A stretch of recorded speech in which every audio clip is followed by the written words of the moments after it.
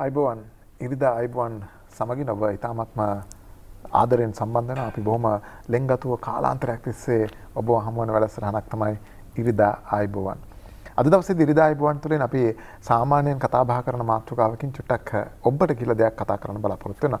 සාමාන්‍යයෙන් ඉරිදා උදෑසන අපි රසවින්දනාත්මක දේවල්, ඒ වගේම සංස්කෘතික දේවල් මේ වගේ කාරණා ගැන කතා කරනවා. හැබැයි අද අපි හිතුවා ඊට වඩා චුට්ටක් වෙනස් මාතෘකාවක් ගැන කතා කරන්න. මේ වෙනස් මාතෘකාව අද දවසේ අපේ කතා බහට, අපේ සමාජ කතා බහට, ඒ වගේම සමාජ මාධ්‍ය ඔස්සේ කතා බහට ලක් වෙන කාලීන මාතෘකාවක්. ඉතින් මේ කාලීන මාතෘකාව ඉතාමත්ම ආකර්ෂණීය වෙන්න පුළුවන්. ඒකට හේතුව තමයි බොහෝ දෙනෙක් තුළ තමන්ගේ හිත තුළ යම්කිසි විදිහක කුකුසක් තියෙන මාතෘකාවක් ගැන කතා කරන්න බලාපොරොත්තු වෙනවා. ඒ වගේම මේ පිළිබඳව බොහෝ අය තමන්ගේ මතිමතාන්තර විවිධ අවස්ථාවල විවිධ මාධ්‍ය ඔස්සේ ඉදිරිපත් කරනවා. ඇත්තටම මේ මතිමතාන්තරවල තියෙනා වූ සැබෑ පදනම මොකක්ද? මේ ගැන කතා කරන්න බලාපොරොත්තු වෙනවා. එහෙනම් මොකද්ද මාතෘකාව? මාතෘකාව මෙන්න මෙහෙමයි. එක වචනයකින් කියන්න අමාරුයි. ඒ නිසා මෙහෙම කියන්න. පාර්ලිමේන්තුව විසිරව හැරියා.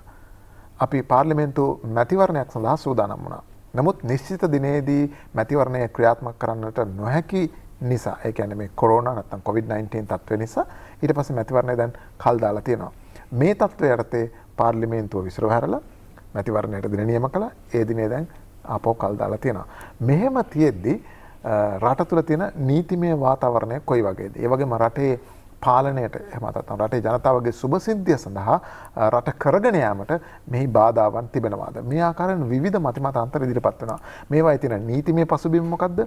ඒ වගේම මේ තත්ත්වයේ තියෙන සදාචාරාත්මක පසුබිම මොකද්ද? ඒ වගේම මේ තත්ත්වය තුළ අපි ඉස්සරහට යන්නට කොහොමද අවශ්‍ය නම්‍යශීලීත්වය ව්‍යවස්ථාව සහ නීතිය තුළ අපිට සපයා ගන්නට හැකියාව තිබෙන්නේ. මේ ආදී කාරණා රසක් පිළිබඳව කතා බහ කරන්න බලාපොරොත්තු වෙනවා. මේ ගැන කතා කරන්න අපි ආරාධනා කරේ මේ මාතෘකාව ගැන කතා කරන්න හස්සල දැනුමක් තිබෙන, ඒ වගේම ශ්‍රී ලංකාවේ ව්‍යවස්ථාව පිළිබඳව අග සිට මුල දක්වා, මුල් පිටුවේ සිට අග දක්වාත්, අග පිටුවේ සිට මුල පිටුව දක්වාත් සියල්ල මතකයෙන් ආවර්ජනය කරන්න පුළුවන්, කතා කරන්න පුළුවන්, ඒක ප්‍රායෝගිකව හසුරවන්න පුළුවන් පුද්ගලයෙක්. මම මේ කතා කරන්නේ ජනාධිපති නීතිඥ මනෝහර ආද සිල්වා පිළිබඳව. අයිබෝන් ඔබට. අයිබෝන්.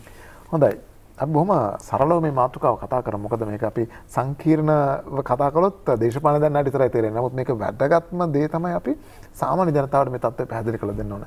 දැන් පාර්ලිමේන්තුව විසිරව හැරලා තිනවා. පාර්ලිමේන්තුව විසිරව හැරලා මම ඉස්සෙල්ලා කිව්වා වගේ ඡන්දය පවත්වන්න නියමිත වෙච්ච දිනේදී කරගන්න බැරි වෙලා කල් දාලා තිනවා. මේ තත්ත්වයේදී අර්බුදයක් තියෙනවා කියලා බොහෝ දෙනා කතා බහ කරනවා. කියන පාර්ලිමේන්තුව අර්බුදයක් තියෙනවා. මැතිවරණය කල් ගිය නිසා අර්බුදයක් ලක් වෙලා තියෙනවා කියලා. ඇත්තටම මෙතන අර්බුදයක් ඇති වෙලා තියෙනවද? කිසිසේත්ම නැහැ. මං හිතන්නේ නැති අර්බුදයක් නිර්මාණය කරන්න උත්සාහ කරනවා වෙනත් දේශපාලනික සහ අනිකුත් පරමාර්ථයන් ඉෂ්ට කරගන්න විවිධ අන්තවාදී කොටස් මගින්. අර්බුදයක් කියන්නේ නීතිමය අර්බුදයක් ඇති වෙන්න පුළුවන් නීතියේ මොකක් හරි අවිනිශ්චිතතාවයක් තියෙනවා. දැන් මේ අපේ ආණ්ඩු ක්‍රම ව්‍යවස්ථාවේ මේ පාර්ලිමේන්තුව විසිරුවා හැරීම සම්බන්ධව කිසිම මේ වගන්තිවල අවබෝධ කරගන්න බැරි. එහෙම නැත්නම් කිසිම පටලැවිල්ලක් නැහැ. අපහැදිලි තැනක් නැහැ. අපහැදිලි තැනක් නැහැ. ඉතින් අර්බුදයක් ඇති වෙන්න විදියක් නැහැ. දෙවෙනි කාරණාව තමයි අපේ නීතියේ යම් කිසි දෙයක් ප්‍රායෝගිකව කරන්න බැරි නම් එවැනි අවස්ථාවකදී නීතියේ මොනවා කිව්වත් ඒ බැරි දේ කළ යුතුයි. නීතියේ එහෙම තියෙනවා නම් හොඳ හරි නරක හරි ඒක කළ යුතුයි කියලා සිද්ධාන්තයක් නැහැ. ඒ කියන්නේ අර ශෛලොග්ගේ මස්රාත්තරේ කතාවක් නැහැ. නැහැ. නීතිය කියන්නේ නීතියේ තියෙන සිද්ධාන්තයක්. ඒ සිද්ධාන්තය තමයි කළ නොහැකි දේ කිරීමට නීතිය අපේක්ෂා නොකරයි කියලා. ඒ නිසා නීතිය හරි ප්‍රායෝගිකයි. විශේෂයෙන්ම ව්‍යවස්ථාව හරි ප්‍රායෝගිකයි. ව්‍යවස්ථාවේ යම් කිසි අවස්ථාවක දැන් හොඳම නිදර්ශනය දැන් මේ වෙලාවේ කොරෝනා තත්ත්වය තුල මැතිවරණයක් තියන්න පුළුවන් වාතාවරණයක් නැත්තම් මැතිවරණයක් නීතිය යටතේ තිය යුතු નિયમિત දවසේ තියන්න බැරි නම් අපිට ඒ සඳහා විසඳුමක් නීතියෙම තියෙනවා. ඒ නිසා අර්බුදයක් මට ඒක පැහැදිලි කරන්න පුළුවන් අපි ඉදිරියට යනකොට මේ රටේ කිසිම අර්බුදයක් නැහැ මේ මං හිතන්නේ ඔබ මේ වැඩසටහන පටන් ගන්නකොට කිව්වා මේ සාමාන්‍යයෙන් ඔබ කලාවට ඇත්තට මං හිතන්නේ මමත් මේ පළවෙනි වතාවට රූපවාහිනී සංස්ථාවට ආවේ මේ ඇත්තට මේ වගේ උදේ පාන්දර ඉරිදා වැඩසටහනක අපිට නීතිය ගැන කතා කරනවට වඩා අද මං හිතන්නේ මෙතන ඉඳගත යුතුව තිබුණේ වෛද්‍යවරයෙක් එහෙම නැත්නම් සෞඛ්‍ය නිලධාරියෙක් මිනිස්සුන්ට අවශ්‍ය කරන්නේ ඒ පිළිබඳ තොරතුරු. නමුත් ඇයි ඔබට මාව කැඳවන්න සිදු වෙලා තියෙන්නේ? අනවශ්‍ය භීතියක්, අනවශ්‍ය ප්‍රශ්නයක්, නැති ප්‍රශ්නයක් මතු කරලා පෙන්눔 කරන්න දරන උත්සාහය නිසා තමයි එයට විසඳුම් හොයාගන්නට එහෙම නැත්නම් පැහැදිලි කිරීමේ මං හිතන්නේ ව්‍යායාමයක ඔබ නිරත වෙන්නේ. ඒකත් ඇත්තටම අවාසනාවන්තයි. මොකද අද අපිට වෛද්‍යවරයෙක්ගෙන් උපදෙස් ලබා ගන්න තිබුණා නම් මේ වැඩසටහනේ මං හිතන්නේ නීතිඥවරයෙක්ගේ උපදෙසයට වඩා වැදගත්. නමුත් මේ ප්‍රශ්නේ නිසා මේක පැහැදිලි කළ යුතුව තිබෙනවා. ඔව් විශේෂයෙන්ම දැන් මේ වෙලාවේදී අර හැමෝම අදහස් ඉදිරිපත් කරනවා. ඒකට හේතුවක් තමයි කාර්යබහුල නැහැ ජනතාව. ගෙවල් වල ඉන්නේ. ඒ වගේම සමාජ මාධ්‍ය ඕනම කෙනෙකුට බොහොම විවෘතව හසුරවන්න පුළුවන්. ඒ කියන්නේ ඕනම කෙනෙකුට අදහස් ප්‍රකාශ කරන්න පුළුවන්. ඒ තත්ත්වයට විවිධ මතිමතාන්තර පළවෙනි නිසා ජනතාවගේ මානසිකත්වය අවුල් වෙනවා. දැන් මොකද්ද වෙන්නේ? ලොකු අර්බුදයක් තියෙනවා. ඒ නිසා තමයි මම හිතන්නේ අපි ජාතික රූපවාහිනියට අද ඉරිදායි බොන් මෙසේ වෙන් කළේ මේ ප්‍රශ්නේ කතා බහ කරලා निराකරණය කරගන්න. ඊට පස්සේ තව කියන දේවල් තමයි අපි ඉස්සෙල්ලා මේ කතා වෙන දේවල් ටික ලියාගෙන ඊට පස්සේ ගැඹුරට යමු මේකේ. තව මේ කතා වෙන දෙයක් තමයි ජනාධිපතිතුමා බැඳී ඉන්නවා පාර්ලිමේන්තුව දැන් කැඳවන්න. ඒ කියන්නේ මැතිවරණයේ නිශ්චිත දිනේ පවත්වන්නට නොහැකි වීම නිසා ජනාධිපතිවරයා එහෙම නැත්නම් විධායකයා බැඳී සිටිනවා නැවත ව්‍යවස්ථාදායකයෙක් කැඳවන්න කියලා. එහෙම එකක් තියනවද? නෑ කිසිසේත්ම නෑ. ආණ්ඩුක්‍රම ව්‍යවස්ථාවේ පාර්ලිමේන්තුව කැඳවීමේ හෝ විසිරුවා හැරීමේ අභිමතය තියෙන්නේ ජනාධිපතිවරයාට. විශේෂයෙන් විසිරුවා හැරීම සම්බන්ධව දැන් තියෙන ප්‍රශ්නේ. ඔව්. කාටවත් බල කරන්න බැහැ ජනාධිපතිවරයාට විසිරුවා හැරපු පාර්ලිමේන්තුවක් කැඳවන්න කියලා. මේ ව්‍යවස්ථාවේ කොතනකවත් මේ අපි ආණ්ඩුක්‍රම ව්‍යවස්ථාව මේ ආණ්ඩුක්‍රම ව්‍යවස්ථාවේ කිසිම වගන්තියක් නැහැ. විසිරුවා හැරපු අවස්ථාවක ජනාධිපතිවරයා කැඳවිය යුතුයි කියලා හදිසි අවස්ථා තත්ත්වයක් ප්‍රකාශයට පත් කරපු වගේ අවස්ථාවක හැරුණකොට දැන් වර්තමානයේ හදිසි අවස්ථා තත්ත්වයක් නැහැ. කොරෝනා වදුරක් තියෙනවා. නමුත් දැන් යුද්ධයකදී වගේ දැන් උදාහරණයක් හැටියට අපි ගත්තොත් දැන් යුද්ධ කාලේ මේ හදිසි නීතිය දැම්මනේ. දැන් යුද්ධ කාලේ හදිසි නීතිය දාන්න උවමනා වුණේ මේ හදිසි නීතිය යටතේ පුළුවන් රටේ මිනිසුන්ගේ අයිතිවාසිකම් ලබා දෙන නීති අත්හිටුවන්න. මානව මූලික අයිතිවාසිකම් මොකද දැන් රටේ බෝම්බ පිපිරෙනවා නම් යුද්ධයක් වෙනත් බලවේග විසින් යුද්ධයක් ප්‍රකාශ කරලා යුද්ධයක් තියෙනවා නම් එතකොට මානව හිමිකම් යම් තරමක් දුරට සම්පූර්ණයෙන් ඉවත් කරන්න නෙමෙයි යම් තරමක් දුරට සීමා කරලා රටේ ජාතික ආරක්ෂාව එහෙම තහවුරු කරගන්න ඕනේ. එතකොට සමහරලාට ඒ පවතින නීති අත්හිටවන්න වෙනවා. ඒවා වෙනුවට වෙනත් නීති ගේන්න ඕනේ. දැන් රෝග තත්වයක් යටතේ එහෙම අපි අර හදිසි කියලා අපි සඳහන් කළාට මේ එහෙම අවශ්‍යතාවයක් නැහැ. නීති මේ අත්හිටවන්න ඕනේ නැහැ. මොකද දැන් බලන්න අද ලංකාවේ මිනිසුන්ගේ සෑහෙන සහයෝගයක් ආණ්ඩුවට තියෙනවනේ. දැන් රජය කිව්වහම ගෙවල් වලින් එළියට බහින්න එපා කියලා උල්ලංඝනය කරන පිරිසක් ඉන්නවා ඕන සමාජයක. නමුත් සමස්තයක් වශයෙන් අපි ගත්තොත් ජනතාවත් මේකත් එක්ක අනුගත වෙලා ඒ සහයෝගයෙන් තියෙන්නේ. ඒ කියන්නේ මේ ප්‍රමුඛතාවය වෙලා තියෙන්නේ මේ කොරෝනා වදුරෙන් මිදීම කියන එක තමයි. මිදීම කියන එක තමයි. ඉතින් ඒ නිසා එවැනි මේ තත්වයක් යටතේ රටේ හදිසි තත්වයක් නැහැ. රටේ කොරෝනා වදුර මඩින්න අවශ්‍ය තත්ත්වයක් තියෙනවා. ඒ සඳහා රටේ තියෙන නීතියක් හිටවන්න දෙයක් නැහැ. තියෙන නීති මෙතෙක් කල සමහරලාට මෑත කාලෙකදී පාවිච්චි නොකරපු නීති අපි පාවිච්චි කරන්න ඕන. දැන් ඒ සඳහා නීති සියල්ලක්ම තියෙනවා. ඉතින් ඒකයි මේ ජනාධිපතිතුමා බැඳිලා නැත්තේ පාර්ලිමේන්තුව කැඳවන්න. පාර්ලිමේන්තුව දැන් ආණ්ඩුක්‍රම ව්‍යවස්ථාවේ 70 වරහන් ඇතුලේ 7 වගන්තිය යටතේ ජනාධිපතිතුමාට හදිසි තත්වයක් යටතේ පාර්ලිමේන්තුව කැඳවන්න ඕනයි කියලා එතුමා අදහස් කරනවා. එතුමා සෑහීමකටපත් වෙනවා. එතුමාට කැඳවන්න පුළුවන්. ඒක අභිමතය පරිදි. අභිමතය පරිදි. එහෙම නැතුව අනිවාර්යෙන්ම රටේ වාතාවරණයක් වෙනස් වුණයි කියලා පාර්ලිමේන්තුව කැඳවීමේ කිසිම අනුගම්‍ය වගකීමක් ජනාධිපතිට නෑ. ජනාධිපතිට අවශ්‍ය නම් කැඳවන්න පුළුවන්. මොකද මේක විසිරුවා හැරපු පාර්ලිමේන්තුවක් නිසා. ඔව්. දැන් එකපාරට ඔබ තීන්දුවකට එන්න එපා. හරි කියලා දැන් තීරණය ගත්තා. හරි කැඳවන්න ඕනේ නැහැ කියලා නෑ. මොකද මේ කතාබහ ඊට වඩා තව බොහොම ගැඹුරු සහ සාරවත් කරුණු රැසක් අපි පෙළගස්වාගෙන ඉන්න නිසා මේ කතාබහ අවසානනකල් අහගෙන ඉඳලා තීන්දුවක් ගන්න. දැන්ම තීන්දුවක් ගන්න එපා. දැන් ඔබතුමා කිව්වා එහෙම ජනාධිපතිවරයා බැඳී නැහැ පාර්ලිමේන්තුව කැඳවන්න. මොකද ඒකට හේතුවක් විදිහට ඔබතුමා කිව්වා විසිරුවා හැරපු පාර්ලිමේන්තුවක් කියලා. සමහරලාට දැන් මම කිව්වේ දේශපාලනේ දන්න අය මේ දේවල් දන්නවා. නමුත් දේශපාලන නොදන්න සාමාන්‍ය ජනතාව දන්නේ නැහැ පාර්ලිමේන්තුවක් අත්හිටවීම ඒ වගේම වාරාවසානය සහ විසිරුවා හැරීම කියන එක සමහරට අවබෝධයක් නැති වෙන්න පුළුවන්. ඔබතුමා බොහොම පැහැදිලි කළා විසිරුවා හැරි ප්‍රවස්ථාවක එහෙම කරන්න ඕනේ නැහැ කියලා. මොකද මේ අනිත් අවස්ථාවල් දෙකත් කර පොඩ්ඩක් කියමු. මොකද ඒවා මේක අතර මොකක්ද මම හිතන්නේ මම අපේ අසන්නන්ට ප්‍රයෝජනවත් වෙයි. අර විසිරුවා හැරපු පාර්ලිමේන්තුවක් කැඳවීම පිළිබඳ තියෙන වගන්තියම අපි කියුවා. මොකද මේක විෂයට මේක නේ දැන් මාතෘකාව. දැන් මෙහෙමයි ආණ්ඩුක්‍රම ව්‍යවස්ථාවේ 77 වගන්තිය තියෙන්නේ.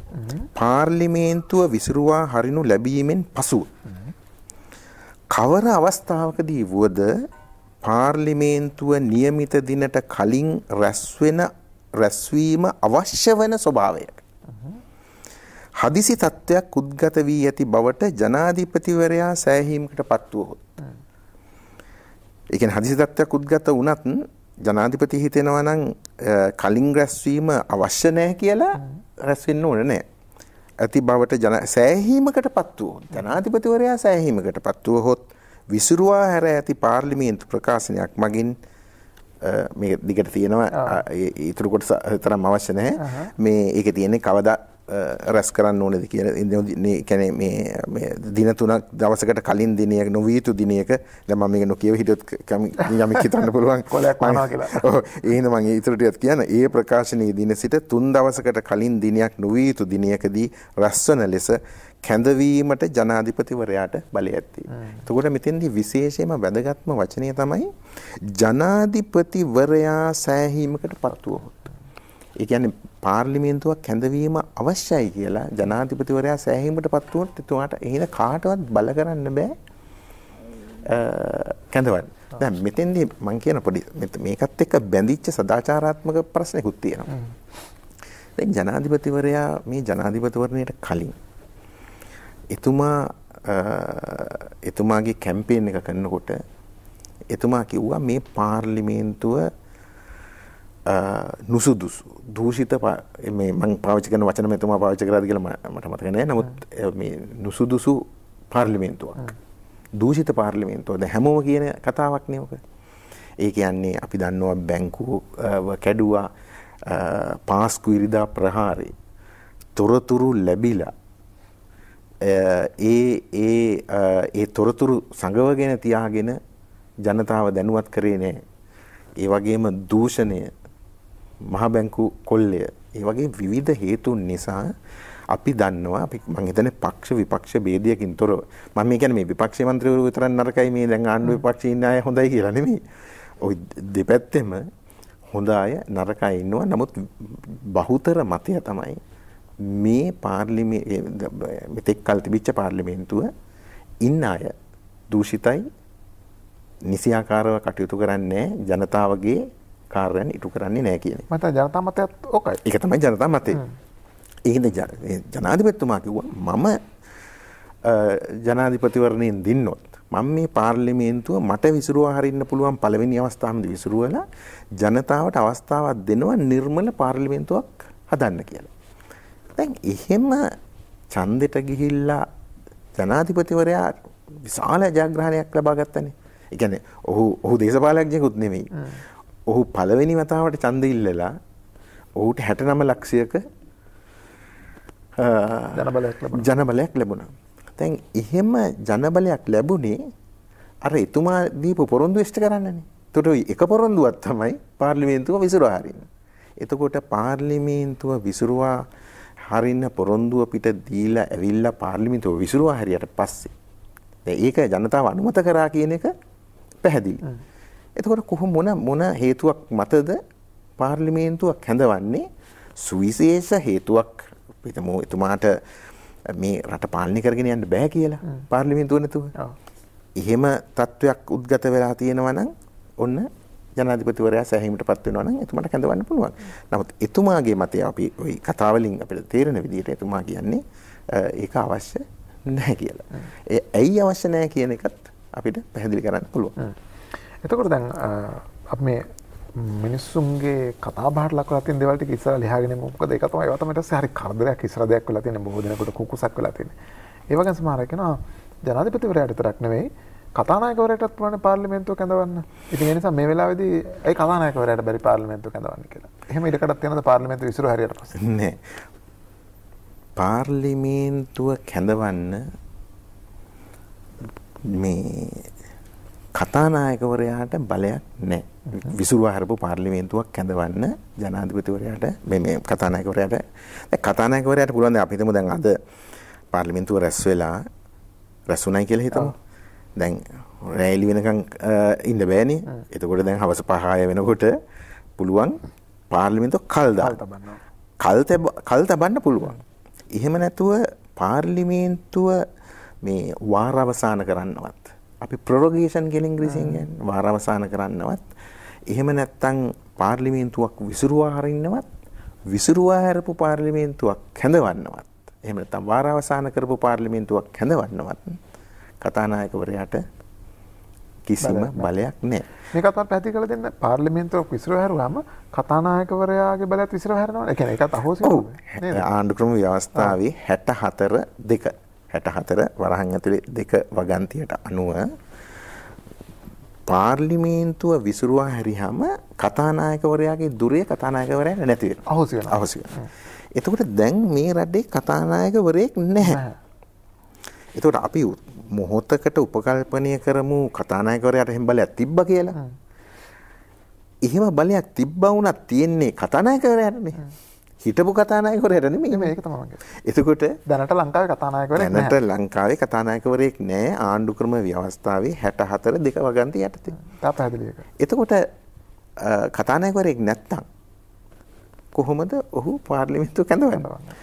මෙතනදී මං හිතන්නේ මේ අසන්නන්ට ගැටලුවක් ඇති වෙන්න පුළුවන්. අපි දන්නවා දැන් ව්‍යවස්ථා සභාවේ කතානායකවරයා ඉන්නවනේ. දැන් ව්‍යවස්ථා සභාව පහුගිය දවසේ රැස් වුණා. ඔව්. එහෙනම් කොහොමද එතුමා ඒකට ගියේ කියලා යමෙක් හිතන්න පුළුවන්. ඔව්. ව්‍යවස්ථා සභාවේ සමාජිකයන් උන්ගේ දුරය දිගටම දරනවා ඊළඟ කතානායක හෝ මන්ත්‍රීවරු පත් වෙනකන්. ඒකට ඒ කාර්යය සඳහා පමණක්. ඒ කියන්නේ ව්‍යවස්ථා සභාවේ රික්තයක් ඇති වෙන්න ඉඩ දෙන්නේ නැහැ නේ. රික්තයක් ඇති වෙන්න ඉඩ දෙන්නේ නැත්තේ දැන් අපි උදාහරණයක් හැටියට හිතමු පොලිස්පතිවරයා. දැන් පොලිස්පතියා කියන්නේ රටේ පොලිස්පතිවරයෙක් නැතුව රටක් පාලනය කරන්න බෑනේ. පොලිස්පතිවරයෙක් ඉන්න එපා හැමතිස්සෙම. එහෙම නැත්නම් අග්‍රවිෂ්ඨකාරවරයෙක් ඉන්න එපා. දැන් මේ අපි හිතමු මොකක් අපි හිතමු හදිසියෙන් අභාවයටපත් වුණා. එතුමාට දීර්ඝායුෂ මම ප්‍රාර්ථනා කරනවා. නමුත් අපි හිතමු මොකක් හරි වුණා. දැන් ඒ වගේ වෙලාවකදී පාර්ලිමේන්තුව විසිරුවා හැරීම නිසා ව්‍යවස්ථාදායක සභාව රැස් වෙන්න බැරි වුණොත් අර ඒ වගේ වගකීම් ඉටු කරන කෙනෙක්ව පත් කරගන්න විදියක් නැහැ. ඒ හේතුව නිසා පමණක් ව්‍යවස්ථා සභාව වේ සමාජිකයන්ට තවදුරටත් කටයුතු කරන්න පුළුවන්. ඒ කියන්නේ විපක්ෂ නායක, අගමැති, තව පාර්ලිමේන්තු මන්ත්‍රීවරුත් ඉන්නවනේ. 3 දෙනෙක් කරුණකොට ඉතුරු අය පාර්ලිමේන්තු මන්ත්‍රීවරුනේ. ඒකට ඔවුන්ට රැස් වෙලා ඒ ව්‍යවස්ථා සභාවේ කටයුතු කරන්න පුළුවන් වුණාට පාර්ලිමේන්තුවේ කටයුතු කරන්න බෑ. මේ දේ විශේෂයෙන් කියන ශ්‍රේෂ්ඨ අධිකරණයත් මේක පිළි අරගෙන තියෙන දෙයක් තමයි. දැන් ව්‍යවස්ථාදායකයේ කාර්යයක් නෙමෙයි ව්‍යවස්ථා සභාව කියන්නේ. ව්‍යවස්ථා සභාව කියන්නේ විධායක කාර්යයක්. කියන්නේ විධායකය සඳහා පුද්ගලයන් පත් කිරීමේ පාර්ලිමේන්තුව ඇතුලේ තියෙන පාර්ලිමේන්තුවේ පුද්ගලයන්ගෙන් සංයුක්ත වෙන අර කැබිනට් මණ්ඩලය වගේ. කැබිනට් මණ්ඩලයේ විධායක බලතල ක්‍රියාත්මක කරනවා වගේ ව්‍යවස්ථා සභාවත් විධායක බලතල තමයි පාවිච්චි කරන්නේ. ඒක මම හිතන්නේ බලාපොරොත්තු වෙන ව්‍යවස්ථාව රටක ප්‍රජාතන්ත්‍රවාදී ආරක්ෂා කිරීම. ප්‍රජාතන්ත්‍රවාදී ආරක්ෂා. ජනතා ඡන්දයෙන් පත් වෙච්ච පිරිසක් ඒ කාර්යය සඳහා විධායකයට උදව් වෙන්න පාවිච්චි කරනවා. ඒ හින්දා දැන් ඔබට හිතන්න පුළුවන් යම් කිසි නීතිඥවරයෙක් හරි යම් කිසි කෙනෙක් දේශපාලනඥයෙක් ඇවිල්ලා ප්‍රසිද්ධිය කියනවා නම් ජනාධිපතිවරයා කැඳවුවේ නැත්තම් කැඳවන හැටි අපි දන්නවා. හරි. මම හිතන්නේ මේක සුමන්දරේ මහත්තයා කිව්වා. හරි. කැඳවන හැටි අපි දන්නවා. දැන් කතානායකවරයෙක්ව මම නම් කැඳවන්නේ නැහැ කියලා. ඒතුණට කැඳවන්න ඕන නැත්නම් එතුමන්ට කැඳවන්න පුළුවන් කමක් නැහැ. නමුත් ඒක බලාත්කාරකමක් නේ. ඒ කියන්නේ හොඳ 64 දෙවන වගන්ති යටතේ කතානායකවරයාට ඔහුගේ දුරිය අහුසි වෙනවා නම් ඔහුට කැඳවන්නත් බැරි නම් කැඳවීම සඳහා ප්‍රතිපාදනයකුත් නැත්තම් එහෙම තියනවා කියලා කියන එක අර 2009ට කලින් තිබිච්ච බලාත්කාරකමක්ද කියලා අපිට හිතෙනවා. හොඳයි, තවදුරටත් මේ කාරණේ ගැන කතා කරමු. තව ඔබට බොහෝ ප්‍රශ්න තියෙනවා. මොකද මම දන්නවා මේ කාරණේ ගැන විවිධාකාරයෙන් මත පළවෙන නිසා මේවා අපි ලියා ගන්න ඕනේ. ඒ වගේම ඒවා ලියා ගන්න ගමන්ම ඇත්තටම අපගේ ආණ්ඩුක්‍රම ව්‍යවස්ථාව ඉතා පැහැදිලි නිරවුල් ආණ්ඩුක්‍රම ව්‍යවස්ථාවක්. සියලු දේවල් ලියා තිබෙනවා. මේ ලියා තිබෙන ව්‍යවස්ථාවේ කාරණා තුලින් අපි කොහොමද මේ අවස්ථාවේදී කටයුතු කරන්න ඕනේ. ඔන්න ඔය කාරණේ අපි කතා කරන්න බලාපොරොත්තු වෙනවා දිගින් දිගට. මේ නිසා රැඳී ඉන්න කොහෙවත් යන්න එපා. අපි පුංචි විරාමයක් ලබා ගන්නවා. විරාමයෙන් පසුව නැවත මේ කතා බහ සමග එකතු වෙනවා.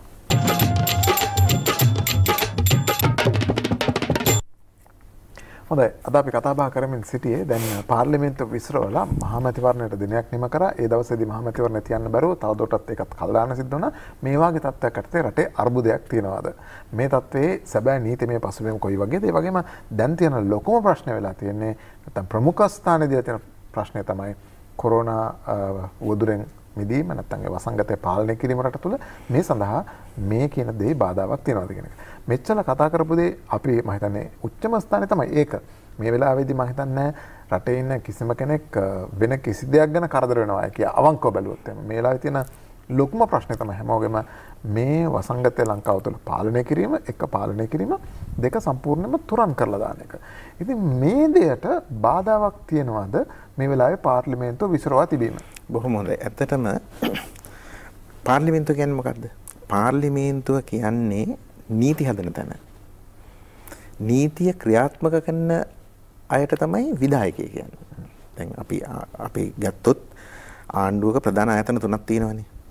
නීති හදන ආයතනයේ පාර්ලිමේන්තුව, නීති ක්‍රියාත්මක කරන ආයතනයේ විධායකය සහ මේ අයිතිවාසිකම් පිළිබඳ විමසුමට ලක් කළා ඒ අයිතිවාසිකම් තීරණය කරන ආයතනය තමයි අධිකරණ.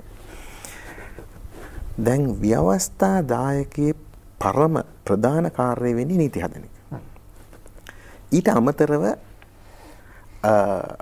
රටේ මූල්‍ය කටයුතු පිළිබඳ අධීක්ෂණය කිරීමත් ඔවුන්ගේ කාර්යයක්.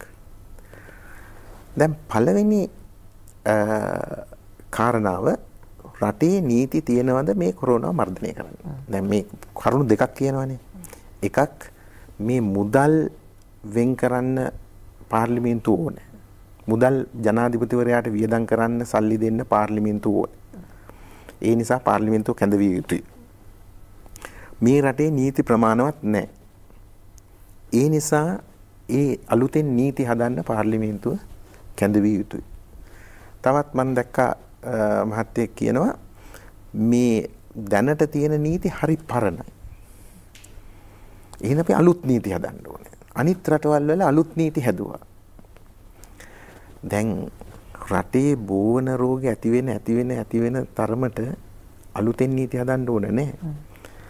අපේ රටේ බෝවන රෝග පිළිබඳ නීතියක් තියෙනවා. අපේ රටේ නිරෝධායන සහ රෝග පැතිරවීම වැළැක්වීම නීතියක් තියෙනවා.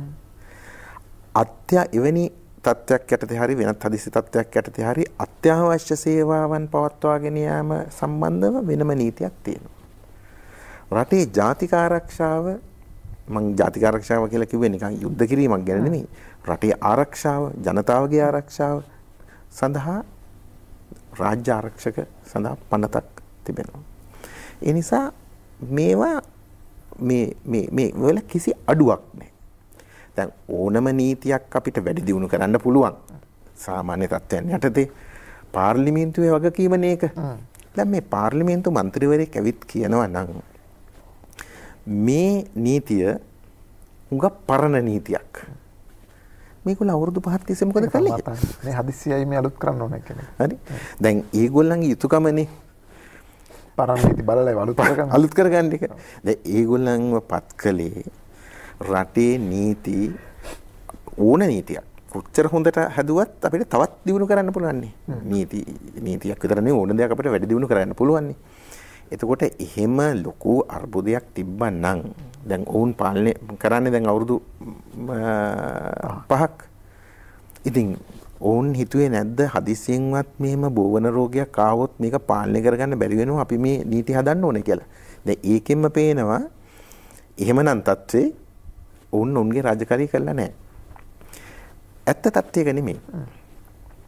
දැන් තව කතාවක් කියනවනේ මේ නීතිය පරණ වැඩි කියලා. දැන් ওই නිරෝධායන පනත සම්මත කරලා තින්නේ 1897. 1897 ඉඳන් තියෙනවා. ඒක සංශෝධන දින විශාල ප්‍රමාණයක්. මම මේකේ මුල් නීතිය ආවේ. ඒක සංශෝධන ඇවිල්ලා අද වෙනකොට ඒ නීතියේ සුවිශේෂත්වයකුත් තියෙනවා. ඒකත් මම පැහැදිලි කරන්න ඕනේ මේ පාර්ලිමේන්තුව ගඳවන්න ඕනේ කියලා කියන කතාව නිසා. දැන් වෙන රටවල් වල තියෙන නීති වගේ නෙවෙයි මේ නීතිය හදනකොට ඒ නීතියේ තියෙන්නේ මේ ඇමතිවරයාට රෙගුලාසි හදන්න පුළුවන් කියලා මේ නිරෝධායන සහ රෝග වැළැක්වීමට. ඒ නීතියෙන් කරලා තියෙන්නේ වෙන මොකක්වත් නෙමෙයි. නීතියෙන් කරලා තියෙන්නේ අමාත්‍යවරයාට බලතල දීලා තියෙනවා ඕනම දෙයක් කරන්න මේ රෝගී තත්ත්වයක් යටතේ ඒ රෝගය මර්ධනය කරන්න. එතකොට ඔහුට තියෙන ගැසට් එකක් ගහලා දැන් අපි හිතමු උදාහරණයක් හැටියට මිනිස්සු ගෙයක දැන් ඒකේ තියෙන එක වගන්තියක් මම උදාහරණයක් හැටියට කියන්නම්. මේක මම හිතන්නේ වැදගත් වෙනවා මොකද මේක මේ පාර්ලිමේන්තුව නැතුව මේ නීති ප්‍රමාණවත් නැහැ කියලා කියන නිසා. දැන් මේ පනතේ 1897 මේ ගෙනාපු පනතේ දැන් මේක සම්බන්ධව මේකත් කියලා ඉන්නම්. දැන් අපි දණ්ඩ නීති සංග්‍රහය තියෙනවනේ. දණ්ඩ නීති සංග්‍රහය ගෙනාවේ මීටත් කලින් 1883. සාක්ෂි ආඥා පනත ගෙනාවේ 1895. ඉතින් අපේ රටේ ඔක්කොම 100 ගණන් පරණ ඒවා. ඔව්. නමුත් ඒව සංශෝධනය වෙලා තියෙනවා. ඒවා කාලින මූලික නීතිය. ඒ නිසා දැන් එහෙමනම් ඉතින් මේ රටේ දැන් අපරාධකාරයන්ට දඬුවම් කරන්නේ ওই 1883 හදපු දණ්ඩ නීති සංග්‍රහය. දැන් කවුරුවක්වත් කියනවාද මේක පරණ වැඩි අපි අලුත් දණ්ඩ නීති සංග්‍රහයක් හදන්න ඕනේ කියලා කවුරුත් කියන්නේ. සාක්ෂි ආඥා පනත පරණ වැඩි. ඒ හින්දා මේ එහෙම ඔබට තේරෙනවා ඇති ඒ තර්කේ මොනතරම් දුර්වලද කියලා. දැන් ප්‍රශ්නේ තියෙන්නේ මේ පනත සංශෝධනය කරන්න ඕන නැහැ. ඇයි? මේ පනතේ කියනවා දෙවනි වගන්තියේ අමාත්‍යවරයාට පුළුවන් රෙගුලාසි හදන්න. එතකොට මොකක් හරි කෙරෙන්න දෙයක් තියෙනවා නම් මේ වගේ තත්ත්වයක් යටතේ ඔහුට ගැසට් එකක් යොමු කළා. දැන් උදාහරණයක් හැටියට මම නිකන් උදාහරණයක් කියන්නම්. මේ මැරුණු මිනිහෙක්ගේ දේහය භූමි දානය කරන්න ඕනේද එහෙම නැත්නම් පුච්චන්න ඕනේද එහෙම නැත්නම් මොන ආකාරයකටද භූමි දානය කරන්න කියන එක පිළිබඳ රෙගුලාසි හදන්න පුළුවන්. තව එකක් අපි හිතමු රෝග ඇති වෙලා ඉන්න කට්ටිය දැන් අපි දකිනවනේ මේ ওই සෞඛ්‍ය නිලධාරීන් ගෙවල් වලට ගිහිල්ලා නෑ එන්න මේ කියලා අනගහගෙන යන්නේ. දැන් සාමාන්‍ය තත්ත්වයක් යටතේ එහෙම කරන්න බෑනේ. ඒ කරන්නේ මේ පනත යටතේ. දැන් ඒකත් මේ තුන්වෙනි වගන්තියේ තියෙනවා රෙගුලාසි හැදීම සඳහා මේ විධිවිධාන සකස් කළා. ඒ වගේ ඒක කරන්න තියෙන්නේ ඇමතිවරයාට. සෞඛ්‍ය ඇමතිවරයාට. එතකොට අපි හිතමු අඩුපාඩුවක් තිබ්බා කියලා. අඩුපාඩුවක් තිබ්බනම් සෞඛ්‍ය ඇමතිවරයාට පුළුවන් ගැසට් එකක් ගහලා අඩුපාඩුව සම්පූර්ණ කරන්න. ඒ නිසා මේ පාර්ලිමේන්තුව රැස් කරන්න වැඩක් නැහැ. මොකද පාර්ලිමේන්තුවට මේ පනත යටතේ රෙගුලාසිය හදන්න බෑ. ඕනම රෙගුලාසියක් පාර්ලිමේන්තුවේ තිබ්බත් ඒක කරන්න බෑ. ඒක කරන්න සෞඛ්‍ය ඇමතිවරයා. සෞඛ්‍ය ඇමතිවරයා.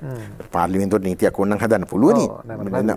නමුත් මේකේ යටතේ ප්‍රමාණවත් මොකද ඇමතිවරයාට බලය තියෙන නිසා. ඉතින් ඒ නිසා මේක පරණයි. මේක අවුරුදු 100කට වඩා පරණයි. ඒ නිසා පාර්ලිමේන්තුව නැත්තම් මේ අඩුපාඩු සම්පූර්ණ කරන්න බෑ කියන කතාවේ පදනමක් නෑ. ඒ අවශ්‍ය නීති තියෙනවා. මොනවා හරි වෙනසක් කරන්න ඕන රෙගුලාසියක් මාර්ගයෙන් ඒක කරන්න ප්‍රතිපාදන සලසලා තියෙනවා. අනිත් කාරණාව තමයි ඉදිරිපත් කරන තර්කය තමයි මේ ජනාධිපතිවරයාට සල්ලි පාර්ලිමේන්තුවෙන් දෙන්න ඕනේ. පාර්ලිමේන්තුවක් විසිරුවා හැරියම ඒ විසිරුවා හැරපු කාලය තුල අවශ්‍ය මුදල් ඒකාබද්ධ අරමුදනෙන් ලබා ගන්න ජනාධිපතිවරයාට සම්පූර්ණ බලය දීලා තියෙනවා. එතකොට අපි හිතමු අද පාර්ලිමේන්තුව විසිරුවා හැරියා කියලා. අද පාර්ලිමේන්තුව විසිරුවා හැරියොත් කවදා හරි මැතිවරණයක් තියලා තියලා අලුත් පාර්ලිමේන්තුවක් ආපු ගමන් ජනාධිපතිවරයාගේ බලය නැති වෙන්නෙත් නැහැ. තව මාස 3ක් ඒ කියන්නේ අලුත් පාර්ලිමේන්තුව රැස් වෙලා අයවැයක් එහෙම සම්මත කරගන්න ඉපේ. ඒකට තවත් මාස 3ක් දීලා තියෙනවා ඒ මුදල් ප්‍රතිපාදන සකස් කරගන්න. ඒ කියන්නේ සාමාන්‍ය ක්‍රමයක් යටතේ බලුවත් පාර්ලිමේන්තුව විසිරපු දවස්වල මාස 6ක් විතර කාලයක් තියෙනවා. සාමාන්‍ය තත්ත්වයන් යටතේ. ඒ කියන්නේ මැතිවරණයෙන් පස්සේ මාස 3ක් වෙනකම් පුළුවන්. ඒකයි කලින් මාස 3 බැලුවොත් මාස 6ක් විතර තියෙනවා. අපි මැතිවරණේ අපි තම අවුරුද්දකින් ගල්ල ගියා කියලා. අවුරුද්දකින් අවුරුද්දක් යන්න හේතුවක් නැහැ. නමුත් අපි තම මාස 8ක් ගියා කියලා, මාස 9ක් ගියා කියලා, එහෙම නැත්නම් මාස 4ක් ගියා කියලා. එදා හිටන් තව මාස 3ක් තියෙනවා ජනාධිපතිවරයාට. ඒක වගන්තිය තියෙන ඕන කෙනෙකුට අන්තර්ජාලයට ගිහිල්ලා බලන්න පුළුවන්. ආණ්ඩුක්‍රම ව්‍යවස්ථාවේ 153 වගන්තිය. ඒක පැහැදිලිව සඳහන් වෙනවා. එතකොට ජනාධිපතිවරයාට මුදල් පාවිච්චි කරන්න බෑ. ඔහු මුදල් පාවිච්චි කරන එක නීති විරෝධී කියලා කියන්න උත්සාහ කරන එක සම්පූර්ණයෙන්ම ව්‍යවස්ථාවට පටහැනි. ඒකයි මම ආරම්භයේදීම ඔබ මගෙන් ඇහුවානේ මේ අර්බුදයක් තියෙනවද කියලා. අර්බුදයක් නැහැ. මොකද ප්‍රතිපාදනය තිබෙනවා. ඉතින් නීතිත් අලුතෙන් නීති හදන්න දෙයක් නැහැ. රෙගුලාසි හදන්න තියෙන්නේ. මේ නීතිය යටතේ. අනිත් එක සද්භාවයෙන් කිසිම පාර්ලිමේන්තු මන්ත්‍රීවරයෙකුට කියන්න පුළුවන්ද ඔව් අපිට හදන්න මතක නැති වුණා තව අනර්ග නීති තිබුණා කියලා. අනික රෝගයක් සුව කරන්න නීතියව නැද? ඒ රෝග සුව කරන එක සෞඛ්‍ය අධිකාරීන්ගේ කාර්යය. මේ වගේ රටක උවදුරක් තියෙන වෙලාවක මේවට නීති තියෙනවද නැද්ද කියන එක නෙවෙයිනේ අපි බලන්න ඕනේ. අපි ජනතාව මම හිතන්නේ අපේ දේශපාලනඥයන් කරන්න ඕනේ ජනතාවට ආමන්ත්‍රණය කරලා නීතිය තිබ්බත් එකයි නැතත් එකයි මේක උවදුරෙන් මැඩෙන්න අපි සහයෝගය දෙන්න ඕනේ කියලානේ කියන්න ඕනේ ජනතා නියෝජිතයෝ. ඉතින් අපේ ජනතාව ඉන්නව අතරනේ. ජනතාව එතන ඉන්නවා. දැන් ජනතාව කියන්නේ නැහනේ මේ අපේ අයිතිවාසිකම් කැඩෙනවා අපිට දැන් වැඩට යන්න ඕනේ කියලා. හැමෝම කියන්නේ අපිට ගෙදර ඉන්න ඕනේ කියලා. මොකද කාටවත් ගිහිල්ලා ඒ රෝගයට ගොදුරු වෙලා ඒ රෝගිය ගෙදර අරගෙන ඇවිල්ලා ගෙදර මිනිසුන්ටත් බෝ කළා අහල පහල ඉන්න මිනිසුන්ටත් බෝ කිරීමේ කිසිම අවශ්‍යතාවයක් ජනතාවට නැහැ. අනිත් එක දැන් පාර්ලිමේන්තුව නිකන් හිතන්නේ දැන් අපි දැන් මේ රෝග තත්ත්වයන් යටතේ මීටරයක් රූ මීටර දෙකක් එපිටින් ඉන්න ඒ කියන්නේ සමාජ දුරස්ථභාවය පවත්වාගෙන යන්න ආදී ගොඩක් කතා අපි කියනවනේ. දැන් පාර්ලිමේන්තුවේ 225ක් മന്ത്രിවරු පාර්ලිමේන්තුවට ගෙනන් ගත්තොත් එතනම 225යි. හරි. දැන් ඔබ සේවක මණ්ඩලය ඊට පස්සේ ඒක තමයි. දැන් පාර්ලිමේන්තු മന്ത്രിවරු බස් එකේ ඉන්නේ නැහනේ. ඔය අය එන්නේ රියදුරු මහත්තයෙක් එක්කනේ. ඒක තව ආරක්ෂකයෝ ඉන්නවා. ඔව් ආරක්ෂක. තව 225ක් ඉන්නව රියදුරු. එතුමන්ලගේ ආරක්ෂකයොත් තව ඉන්නවා. එතකොට ওই පාර්ලිමේන්තුවේ ඒගොල්ලෝ ආවහම බඩගින්න ඉන්නේ නැහනේ. ඒගොල්ලෝ ওই වේල් තොන මොතනින් කනවා අඩු මුදලකට. දැන් ඒවා හදන්නත් ඒ සේවකයොත් එන්න එපා. ඒ කියන්නේ 1000කට වැඩි අනිවාර්යෙන් එකතු වෙනවා. අනිවාර්යෙන් එකතු වෙනවා. දැන් ඇත්තටම අපි මේ රෝග මර්ධනය නම් කරන්නේ රැස්වන තැන් නැති කරන්න එපා. අත්‍යවශ්‍ය දෙයක් තියෙනවා නම් කමක් නැහැ. දැන් මේ කියන කතාව රෝගය බෝ කරන්න උදව් වෙනවා මිසක් රෝගය වළක්වන්න උදව් වෙනවා කියලා මම හිතන්නේ නැහැ. ඊළඟට දැන් මේ ඊළඟ කාරණේ තමයි බොහෝ දෙනා කියනවා දැන් සාමාන්‍ය විදිහට අපි දන්නවා පාර්ලිමේන්තුවක් ඉස්සර හරියට පස්සේ මාස 3ක් ඇතුළත මැතිවරණයක් තියෙනවා කියන එක. දැන් කියනවා ඒ කාලේ ඉක්ුත් වෙලා නිසා දැන් මේ විසිරවා හැරීම අවලංගුයි කියලා. විධායකයෙ විසින් පාර්ලිමේන්තුව නැත්නම් විධායක විසින් ව්‍යවස්ථාදායක විසිරවා හැරියට පස්සේ ඒක අවලංගු වෙනවද එහෙම? කාල සීමාවක් මත. ඕ වෙන කිසිම හේතුවක් මත.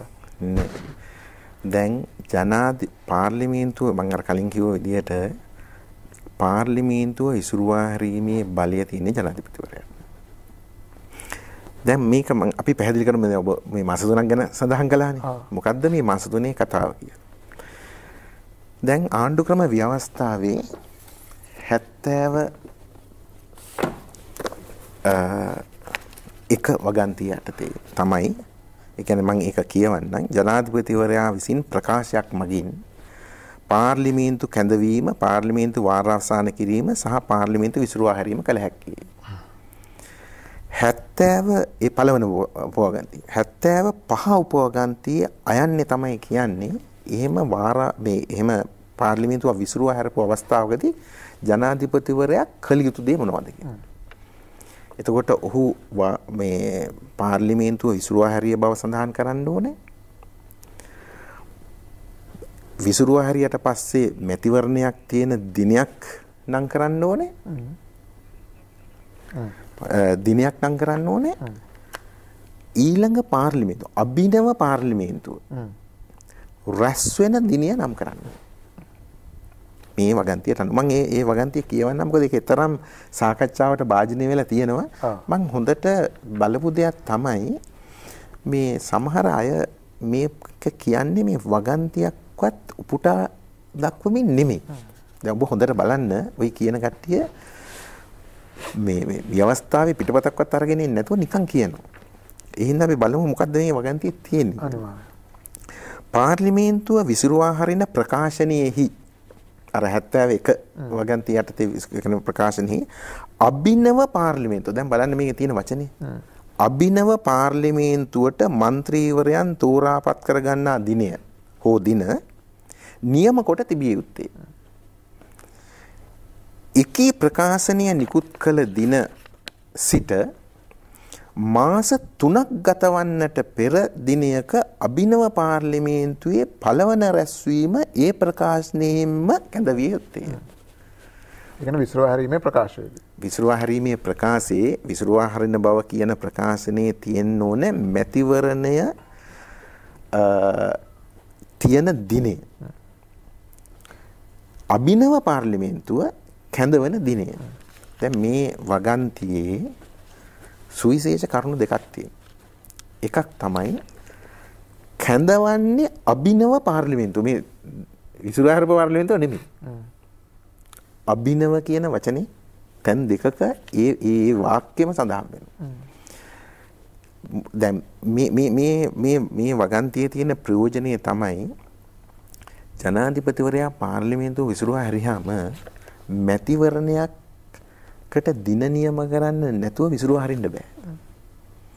මොකද නැත්තම් යම් කිසි ජනාධිපතිවරයෙක් පාර්ලිමේන්තුව විසිරුවා හැරලා නිකන් ඉන්න පුළුවන්. ඉතින් ඒ නිසා පාර්ලිමේන්තුව තියෙන දිනේ නම් කරන්න ඕන. ඒ නම් කරත් මදි. දැන් අපිට පාර්ලිමේන්තු මැතිවරණේ තියලා මේ മന്ത്രിවරු පත් කළා කියලා. ඒත් කැඳුවේ නැත්තම්. කැඳුවේ නැත්තම්. ඉතින් ඒ නිසා කියනවා මාස 3ක් ඇතුළත කියන්නේ මැතිවරණ මේ ප්‍රකාශනයේ ඉඳලා මාස 3ක් ඇතුළත කැඳවන්න ඕනේ කියලා. දැන් එහෙම තියෙන්නේ ඇයි? මේ මාස 3ක කතාවක් කියන්නේ ඇයි? මේ ඒ කියන්නේ මේ ඒ ප්‍රකාශනය නිකුත් කරපු දවසේ ඉඳන් කල් දාන්න පාර්ලිමේන්තුව ඊළඟ කල් දාන්න ඈතකට කල් දාන එක වැළැක්වීම සඳහා. දැන් ඒ කියන්නේ බලය අනවශ්‍ය විදිහට පාවිච්චි කළොත් කියන නිසා තමයි මේවා දාලා තියෙන්නේ. ඒක තියෙන්නේ. දැන් යමෙක් අහන්න පුළුවන් ජනාධිපතිතුමා මේ වගන්තියට අනුව කටයුතු කළාද?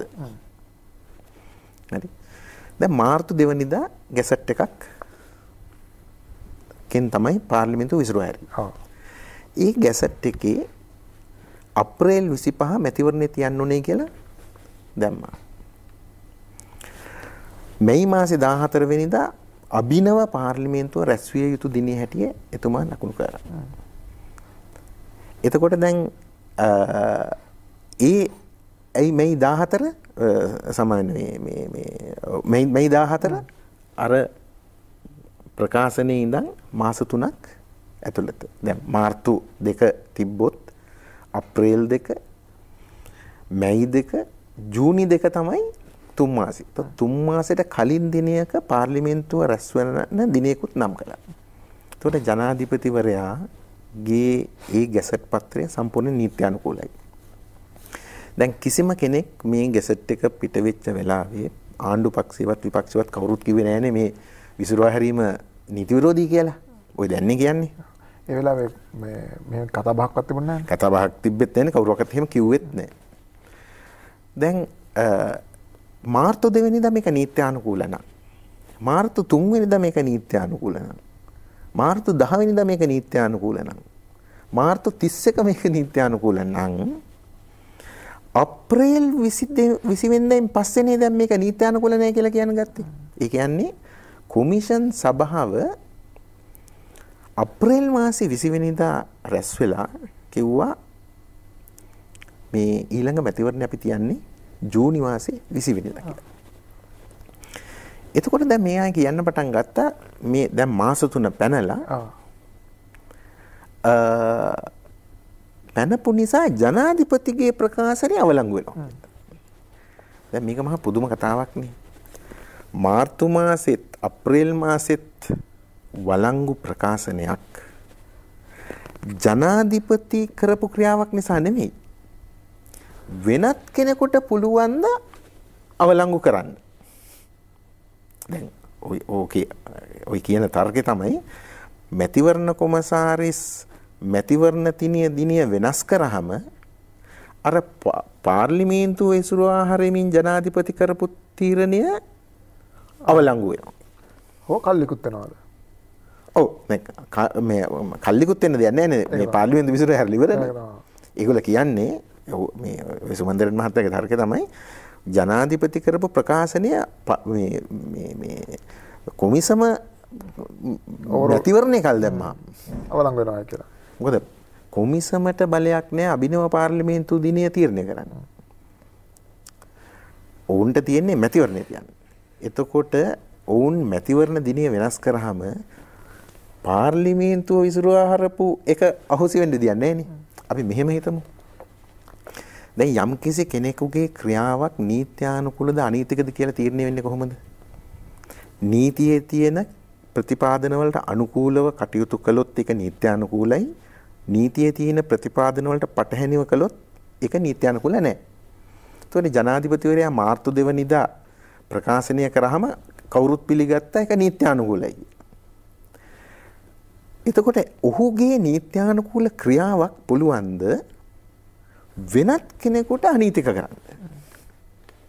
එහෙම කරන්න පුළුවන් නම් එකම ආයතනයේ තියෙන පාර්ලිමේන්තුවට පුළුවන්. දැන් උදාහරණයක් හැටියට අපි හිතමු බේකරි හිමියන්ගේ මොන හරි බද්දක් ගන්න. ඒ බද්ද මාසයක් විතර අරගෙන ආණ්ඩුව තීරණය කරනවා නෑ මේ මිනිසුන්ගේ මේක ගත් එක අසාධාරණයි. අපි මේ බද්ද නැති කරන්න ඕනේ කියලා ආපස්සට බලපවත්වන පරිදි නීති හදන්න පුළුවන්. එතකොට ආපස්සට බලපවත්වන පරිදි නීති හැදලා ඒ බද්ද ඉවත් කළොත් අර එදා නීත්‍යානුකූලව අය කරපු බද්ද අනීතික වෙනවා. ඇයි නීතිය වෙනස් කළානේ? එයින් මෙපිට වෙන වෙන කට්ටියට පුළුවන් කමක් නැහැනේ තව කෙනෙකුගේ ක්‍රියාවක් නීති විරෝධී කරන්න. එතකොට මොකද පාර්ලිමේන්තුව මුකුත් වෙනසක් කළේ නැහැනේ නීතියේ. ඔව් ඒ වගේම තවත් අය කියනෝනේ දැන් මේ දැන් මාස 3 පැනලා මාස 3 පැනපු ගමන් මේක අවලංගු වෙනවා කියලා. ඔව්. එහෙම වෙන්නෙත් නැහැ. ඒක තමයි. දැන් මම කියන්නේ මේක මේ හරි පුදුම කතාවක් නේ. ඒ කියන්නේ මේක නීති විරෝධී කතාවක් විතරක් නෙමෙයි. මේක කිසි තර්කානුකූල හරයකුත් නැහැනේ. ජනාධිපතිවරයා නීතියට අනුකූලව ප්‍රකාශනයක් කළාම ඒ නීතිය පාර්ලිමේන්තුවෙන් වෙනස් කළා නැත්තම් ඒ ප්‍රකාශනය කරපු වෙලාවේ නීත්‍යානුකූල නම් වෙනත් කෙනෙක් කොහොමද ජනාධිපතිතුමාගේ ප්‍රකාශනය ඔහුගේ ක්‍රියාවක් මගින් අනීතික කරන්නේ? පාර්ලිමේන්තුවක් නැතුව. පාර්ලිමේන්තුවකින් නීතිය පාර්ලිමේන්තුවත් කරන්න පුළුවන් නීතිය වෙනස් කළොත් ආපස්සට බලපවත්වනවා. අනිත් එක තව එකක් කිව යුතුයි මේ විධායක බලය ආපස්සට පරිදි ක්‍රියාත්මක කරන්න බෑ. එහෙම පූර්වාදර්ශකුත් නැහැ. එහෙම පූර්වාදර්ශකුත් නැහැනේ. ව්‍යවස්ථාදායකයට පාර්ලිමේන්තුවේ තියෙනවා මේ වගන්තියක් ආපස්සට බලපවත්වන පරිදි නීති හදන්න පුළුවන්. නමුත් දැන් මේ යම්කිසි ක්‍රියාවක් කරන්න බලය දීලා තියෙන කෙනෙක් මම ආපස්සට පරිදි ක්‍රියාත්මක මේ බලතල පාවිච්චි කරනවා කියලා කියන්න බෑනේ. ඉතින් මේ ජනාධිපතිවරයා නීත්‍යානුකූලව ප්‍රකාශනයක් කරලා මුළු රටම එක නීත්‍යානුකූල හැටියට පිළි අරගෙන නාම යෝජනාත් බාර දුන්නානේ. දැන් නීත්‍යානුකූල නෙවෙයි නම් මොකටද මේ නාම යෝජනා බාර දුන්නේ? හැම පක්ෂයක්ම ආණ්ඩු පක්ෂයේ විපක්ෂයේ ගිහිලා නාම යෝජනාත් බාර දීලා දැන් මම හොඳින් ඒ ප්‍රකාශනය මත කටයුතු කරගෙන ගියා. දැන් තවත් නීතිය සිද්ධාන්තයක් තියෙනවා සාධාරණ අපේක්ෂාව කියලා. සාධාරණ අපේක්ෂාව කියලා කියන්නේ යම් කිසි දෙයක් පිළිබඳ බලය තියෙන කෙනෙක් සාධාරණ මේ අපේක්ෂාවක් කෙනෙකුට දුන්නොත් ඒ අපේක්ෂාවට පටහැනි ලෙස කටයුතු කරන්න බෑ කියලා.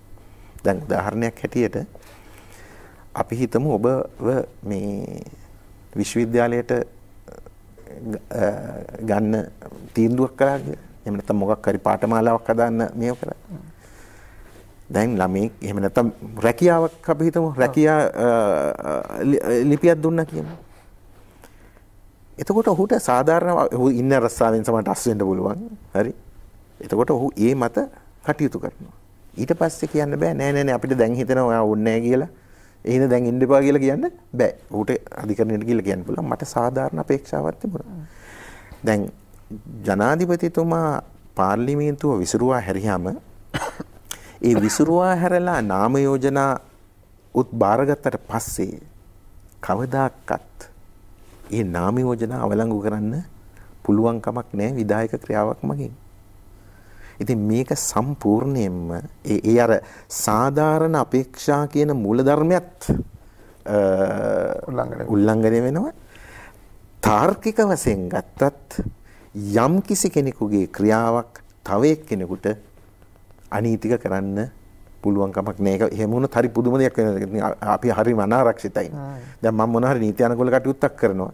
පාර්ලිමේන්තුව රැස්වලා මොකක් හරි නීතිය වෙනස් කරොත් ඒක වෙන ප්‍රශ්නයක්. වෙනත් කෙනෙකුට පුළුවන් නම් මගේ ක්‍රියාවක් මම සත්භාවයෙන් නීතියට අනුකූලව නීතිය හොඳට බලලා කියවලා යම් කිසි දෙයක් කරාම වෙන කෙනෙකුට පුළුවන් දෙයක් අනීතික කරන්න.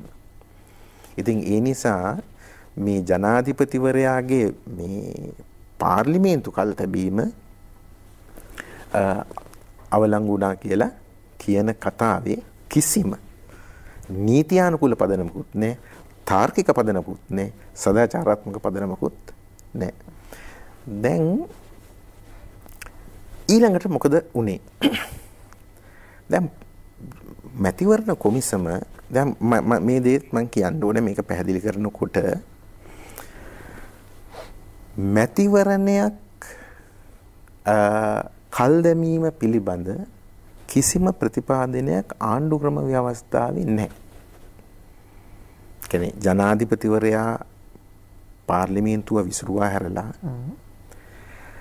මැතිවරණයක් පවත්වන දිනය නියම කරාම ඒ දිනය වෙනස් කිරීම පිළිබඳ කිසිම වගන්තියක් ආණ්ඩු ක්‍රම ව්‍යවස්ථාවේ නැහැ. කිසිම වගන්තියක් නැහැ. ඒක නිකන් මම බොහොම සරල සිංහල භාෂාවෙන් අහුවොත් එහෙම අප්‍රේල් 25 වෙනිදා තියන තිබුණානේ. ඒකේ දාර්ථයන් බරුව කල් දැමීම සම්බන්ධ ව්‍යවස්ථාවේ කිසි ප්‍රතිපාදනයක් නැහැ. හැබැයි මැතිවරණ නීතිය තියෙනවා.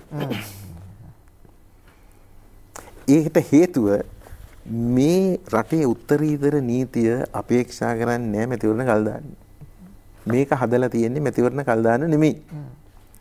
හැබැයි ඉතින් රටේ දැන් අපිට මේ කොරෝනා උවදර වගේ එහෙම නැත්නම් අපි හිතමු වෙනත් අපේ රට ආක්‍රමණය කළා කියලා. එහෙම නැත්නම් අර කොටි ත්‍රස්තවාදීන් මෙහි කොළඹ හැමතැනම බෝම්බ හැලෙනවා නම් මැතිවරණයක් තියන්න බෑනේ. දැන් එවැනි අවස්ථාවක් ඇති වෙන්න පුළුවන්. එවැනි සුවිශේෂ අවස්ථාවකදී මැතිවරණයක් කල් දැමීම සඳහා කියන්නේ ඒකත් කියන්නේ මේ දිස්ත්‍රික්කේ මුළු මැතිවරණයම නෙමෙයි ඇත්තටම දිස්ත්‍රික්ක වශයෙන් කල් දාන්න පුළුවන් මැතිවරණ කොමසාරිස්වරයා සෑහීමකටපත් වෙනවා නම් මේක අපිට තියන්න බෑ කියලා ඔහුට කල් දාන්න පුළුවන්. ඒක තමයි ඔහු කළේ. මං හිතන්නේ මේ මාසේ මේ මාර්තු මාසේ 19ද කොහෙද ඔහු කිව්වා මට මේක මේ අප්‍රේල් 25 කරන්න බෑ කියලා. දිනේ නියම කළේ නෑ. ඊට පස්සේ අප්‍රේල් 20 ඔහු දිනයක් නියම කරා ජූනි මාසේ 20 වෙනිදාට. දැන් ඒ කලේ මැතිවරණ නීතිය යටතේ ඔහුට තියෙන බලතල නිසා. ඒක ඔහුගේ බලතල පාවිච්චි. ඒක ඔහුගේ බලතල පාවිච්චි. ඒක ජනාධිපතිවරයාත් එක්ක සම්බන්ධ නැහැ. නෑ. ජනාධිපතිවරයා කිව්වේ නෑ මැතිවරණ කල් දාන්න කියලා. එතුමාට මැතිවරණේ තියන්න බැරි නම් එතුමා කල් දැන් අපි මේසන් බාස් කෙනෙකුට මොකක් හරි කරන්න කිව්වහම මේසන් මැතිව මෝක නම් මහත්තයෝ කරන්න බෑ කියලා ඉතින් ඒක ගේ අයිතිකාරය කියන එකක් නෙමෙයි. මෙතන ඒක රාජ්‍ය සේවය හරහා පැවරිච්ච බලතලයක් නේ. පැවරිච්ච බලතලයක් මොකද නෑ ප්‍රායෝගික. මේ නීතිය හරි ප්‍රායෝගික. නීතිය ප්‍රායෝගිකව කරන්න බැරි අවස්ථාවන් වලදී මොන හරි විසඳුමක් දෙන්න ඕනේ. ඒ සඳහා තමයි පාර්ලිමේන්තුව මේ මැතිවරණයේ පැවැත්වීමේ දිනය කල් දාන්න පුළුවන් කියලා කිව්වේ. හොඳ තැනකට අපි ඇවිල්ලා ඉන්නවා. තන තමයි ව්‍යවස්ථාවේ සඳහන් වෙලා නැහැ මැතිවරණයක් කල් දැමීම සම්බන්ධ කිසි නීතියක්. හැබැයි ව්‍යවස්ථාවට නැති වුණාට මැතිවරණ නීතිය අනුව මැතිවරණ කොමසාරිස්වරයාට මේ අවස්ථාවේදී මැතිවරණය තියන්න බැරි වුණ නිසා නැත්නම් හැකියාවක් නැති නිසා ප්‍රායෝගිකව ඔහු මැතිවරණය කල් දාලා තියෙනවා. මේ වගේ තත්ත්වයක් යටතේ කොහොමද ඊට පස්සේ දිනේ තීරණය කරන්නේ කොයිතරම් කාල පරිච්ඡේදයක් මේක කරන්න පුළුවන්ද වළංගුයිද කියන එක අපි කතා කරමු. මෙන්න මේ විරාමයෙන් පස්සේ. ඊටාත්ම වැදගත් වේවි ආකර්ෂණීය වේවි මේ තොරතුරු ටික. හොඳයි අපි කතා බහ කරමින් හිටියේ දැන් පාර්ලිමේන්තුව විසිර හැරලා මැතිවරණයක් දිනයක් නියම කළා. ඒ දිනේට මැතිවරණය පවත්වන්න බැරි නිසා මැතිවරණ කොමිසම විසින් මැතිවරණය කල් දාලා තියෙනවා. ඔබතුමා කිව්වා මැතිවරණයක් කල් දෑම පිළිබඳව ව්‍යවස්ථාවේ තොරතුරු නැත්නම් සම්පාදනය කළ නැහැ වගේම එහෙම බලයක් විධායකයටත් නැහැ කියලා. ඒ නිසා ඒ බලය තියෙන්නේ මැතිවරණ කොමසාරිස්වරයාට. ඒ බලය පාවිච්චි කරලා ඔහු මැතිවරණය කල් දැම්මා කියලා. ඔහුට කොච්චර කාලයක් මෙහෙම කරන්න පුළුවන්ද? ඔව් පළවෙනි මේ විධායකයට මං එන්නම්. මං විධායකයට බලය නැහැ කියලා කිව්වේ නැහැ. මේ කොමසාරිස්වරයා කල් දානකොට දිනයක් දෙන්න ඕනේ. නැතු නිකන් මොකද දැන් අපි හැමෝන්ගේම අභිමතාර්ථය නීතිය අපේක්ෂා කරන්නේ මැතිවරණේ තියන්නනේ. එතකොට මොකක් හරි සාධාරණ හේතුවක් නිසා හදිසි තත්ත්වයක් යටතේ මැතිවරණය කල් දාන්න මැතිවරණ කොමසාරිස්වරයාට කරන්න පුළුවන්. දැන් කොමිසමට කරන්න පුළුවන්. හැබැයි ඔහු දිනයක් දෙන්න ඕනේ. දැන් මාර්තු මාසේ 19 ඔහු කිව්වා මට ওই අප්‍රේල් 25 තියන්න වෙන්නේ නැහැ. නමුත් ඔහු දිනයක් දුන්නේ නැහැ. මම ඒක විවේචනය කරන්නේ නැහැ. නීතියට අනුකූලව නම් දිනයක් දිය යුතුයි. නිකන් විවේචනය කරන්නම් වාලේ විවේචනය කිරීම අසාධාරණයි. එතුමාටත් දිනයක් නියම කරගන්න රටේ වාතාවරණය යථා තත්ත්වයට පත් වේද කියන එක පිළිබඳ අවිනිශ්චිතතාවයක් තිබුණානේ. ඉතින් ඒ නිසා ඔහු එදා කලේ නැහැ. නමුත් ඔහු අප්‍රේල් 20 වෙනිදා කළා. මොකද සමහර වෙලාවට අදටත් අපිට පොඩි අවිනිශ්චිතතාවයක් තියෙනවානේ මේ දැන් රටේ තියෙන ඇත්ත තත්ත්වය බැලුවොත් මේක තියන්න පුළුවන් වේද බැරි වේද ජූනි 20ක් තියන්න පුළුවන් වේද බැරි වේද කියන මතයක් තියෙනවානේ. ඒක ඇත්තනේ. එතකොට එතුමා කල්පනා කරන්නේ නැති දැන් මම දිනයක් නැතුව නිකන් කල් දාලා මට ඉන්න පුළුවන්ද? නේද? මොකද නීතිය අපේක්ෂා කරනවා දිනයක් දෙන්න. එතකොට ඒ අනුව තමයි ජූනි 20 දිනේ නියම කළේ. ඒ වගේම ඕන් නැතුව දිගට කල් දාගෙන අපි හිතමු දැන් රටේ තත්ත්වෙත් යථා තත්ත්වයටපත් වෙලා. දැන් ජනාධිපතිවරයෙක් ඒකාධිපතියෙක් වෙනා වගේම මැතිවරණ කොමසාරිස්ටත් ඒකාධිපතියෙක් වෙන්න පුළුවන් නේ. හරි. එහෙනම් නීතිය මේක හොඳට බැලන්ස් කරනවා. සමතුලනය කරනවා. නීතිය තියෙනවා මැතිවරණ නීතිය 113 වගන්තිය. දැන් අර මැතිවරණ කොමසාරිස් බලය පාවිච්චි කරන්නේ 24 වගන්තිය යටතේ. දැන් මේකත් මම කියන්න ඕනේ. ඒකේ කොතනකවත් 24 වගන්තිය කියන්නේ නැහැ ඊළඟ දිනය මාසකින් තියන්න ඕනේ, මාස දෙකකින් තියන්න ඕනේ, මාස තුනකින් තියන්න ඕනේ, මාස 6කින් තියන්න ඕනේ, අවුරුද්දකින් තියන්න ඕනේ. එහෙම කතාවක් නැහැ. දැන් ওই මාස 3 කතාව පිළිබඳ ලොකු සංවාදයක් තියෙනවනේ. 24 වගන්තියේ කොතනකවත් කියන්නේ නැහැ. ඒ කල්දාන දිනේ මාස 3ක් ඇතුළත වෙන්න ඕනේ කියලා. දැන් සමහරව එහෙම කියන්න උත්සාහ කරනවා. නමුත් එහෙම කිසි දෙයක් 24 වගන්තියේ ඔබට අන්තර්ජාලයට ගිහිල්ලා බලන්න පුළුවන්. 20 ආණ්ඩුක්‍රම ව්‍යවස්ථා සමාවෙන්න මේ මැතිවරණ නීතියේ 1981 සම්මත කරපු මම හිතන අංක 1 දරන පනතේ 24 වගන්තියේ කියන්නේ නැහැ ඊළඟ දිනේ මෙච්චර මාස ගාණක් ඇතුළත වෙන්නට ඕනේ කියලා. මොකද මේ හදිසි තත්ත්වය පහ වෙච්ච දවසකනේ තියන්න වෙන්නේ. නමුත් දිනයක් දෙන්න ඕනේ. ඉතින් ඒ නිසා තමයි මැතිවරණ කොමසාරිස්වරයා ඒ දිනේ දුන්නේ.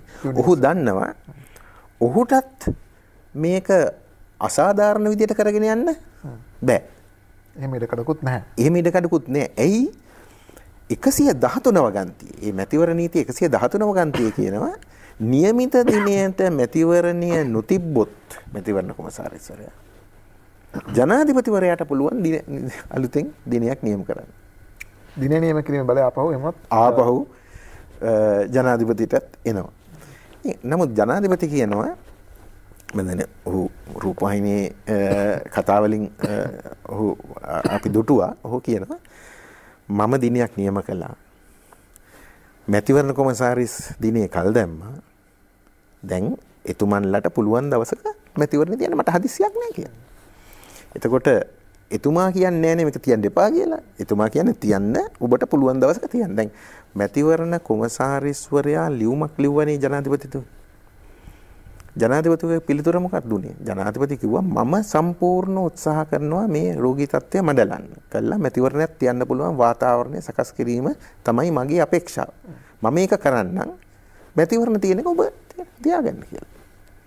ඇත්තටම 113 වගන්තිය යටතේ ජනාධිපතිවරයාට මේ බලය දීලා තිබුණත් ඒක පාවිච්චි කරන්න ඕනේ මැතිවරණ කොමසාරිස්වරයා මේ වැරදි විදියට පාවිච්චි කරනවා නන්නේ. දැන් දැන් රටේ කොරෝනා තත්ත්වයක් තියෙද්දි එතුමා ජූනි 20 කියලා තීරණය කරා නම් ඒකට ගරු කරන එක මේ සදාචාරාත්මක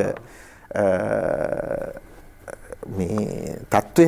ඉතින් මම ජනාධිපතිවරයා කිව්වා ඔබ මැතිවරණේ තියන්න කියලා. ඒ නිසා මේ මැතිවරණය කල් දාන්න පුළුවන් මැතිවරණ නීතිය යටතේ. දැන් යමෙක් අහන්න පුළුවන් දැන් මැතිවරණය කල් දැම්මහම අර අභිනව පාර්ලිමේන්තුව කැඳවනත් දිනයක් තිබ්බනේ ජනාධිපතිගේ ප්‍රකාශනේ. මැයි මාසේ 14 වෙනිදා අභිනව පාර්ලිමේන්තුව කැඳවන්නේ. දැන් ඒ වගන්තිය දැන් එතකොට ඒකට මොකද වෙන්නේ? දැන් ජනාධිපතිගේ ක්‍රියාවක් නිසා නෙමෙයි අභිනව පාර්ලිමේන්තුවට රැස් වෙන්න බැරි. මේක තා වැදගත්. එතුමා කරපු මොකක්වත් අසාධාරණ ක්‍රියාවක් හෝ වැරදි ක්‍රියාවක් හෝ නීති විරෝධී ක්‍රියාවක් නිසා නෙමෙයි. මැතිවරණ කොමසාරිස් කියනවා මට මේක තියාගන්න බෑ. ඒ හින්දා මං කල් දානවා. දැන් රැස් කරන්නේ මොකද්ද? අභිනව පාර්ලිමේන්තුව. දැන් මේ 70 අර මම කලින් කිව්වේ වගන්තිය 75 කියන වගන්තියනේ 70 වරහන් ඇතුලේ 5 වගන්තිය අයන්න තමයි මම මොහොතකට පෙර කියෙව්වේ. ඒ වගන්තිය කොටස් තුනක් තියෙනවා. අයන්න, ආයන්න, ඈන්න කියලා. ඒ තුනේම සඳහන් වෙන්නේ අභිනව පාර්ලිමේන්තුවක් රැස්වීම පිළිබඳව. එතකොට අභිනව පාර්ලිමේන්තුවක් රැස් වෙන්න පුළුවන් මැතිවරණයක් තිබ්බොත්නේ. හරි. දැන් ඔබට මතක ඇති මම මේක කිව්වා මේ අභිනව පාර්ලිමේන්තුව කියන වචනේ 70 මේ 5 ප්‍රකාශනයේ තැන් දෙකක සඳහන් වෙනවා. තැන් දෙකක සඳහන් වෙනවා. ආයන්නෙත් සඳහන් වෙනවා. ආයන්න මේකට අදාළ නැති ඉන්න මම කාලනාස් කරන්නේ කියවන්න. ඒකෙත් අභිනව පාර්ලිමේන්තුව ගැන සඳහන් වෙනවා. ඇයන්න ඒකේ සඳහන් වෙන්නේ අභිනව පාර්ලිමේන්තුවක් ගැන. එතකොට මේ ජනාධිපතිවරයා මුල් ප්‍රකාශනයේ දින නියම කරන්නේ අභිනව පාර්ලිමේන්තුව රැස් කරන්න. දැන් පහුගිය දවසේ මැතිවරණ කොමසාරිස්වරයා මේ කොමිසමේ සභාපතිවරයා රූපවාහිනී මාධ්‍යයකදී ඇවිල්ලා කිව්වා මම මාස දෙකකට කල් දාලා දින නියම කළා. නමුත් එදාටත් තියන්න පුළුවන්ද බැරිද කියන එක පිළිබඳ යම් කිසි අවිනිශ්චිතතාවයක් තියෙන ස්වරූපයක කතාවක් නේ ඔහු කිව්වේ. අනික අපිත් දන්නවනේ තියන්න පුළුවන් වුණොත් අපි කවුරුත් කාටත් හොඳයි.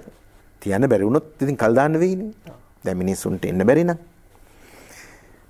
එතකොට අභිනව පාර්ලිමේන්තුව රැස් කරන්න වෙන්නේ ජනාධිපතිතුමාට අභිනව පාර්ලිමේන්තුව ඇති වුණාමනේ. ඔව්.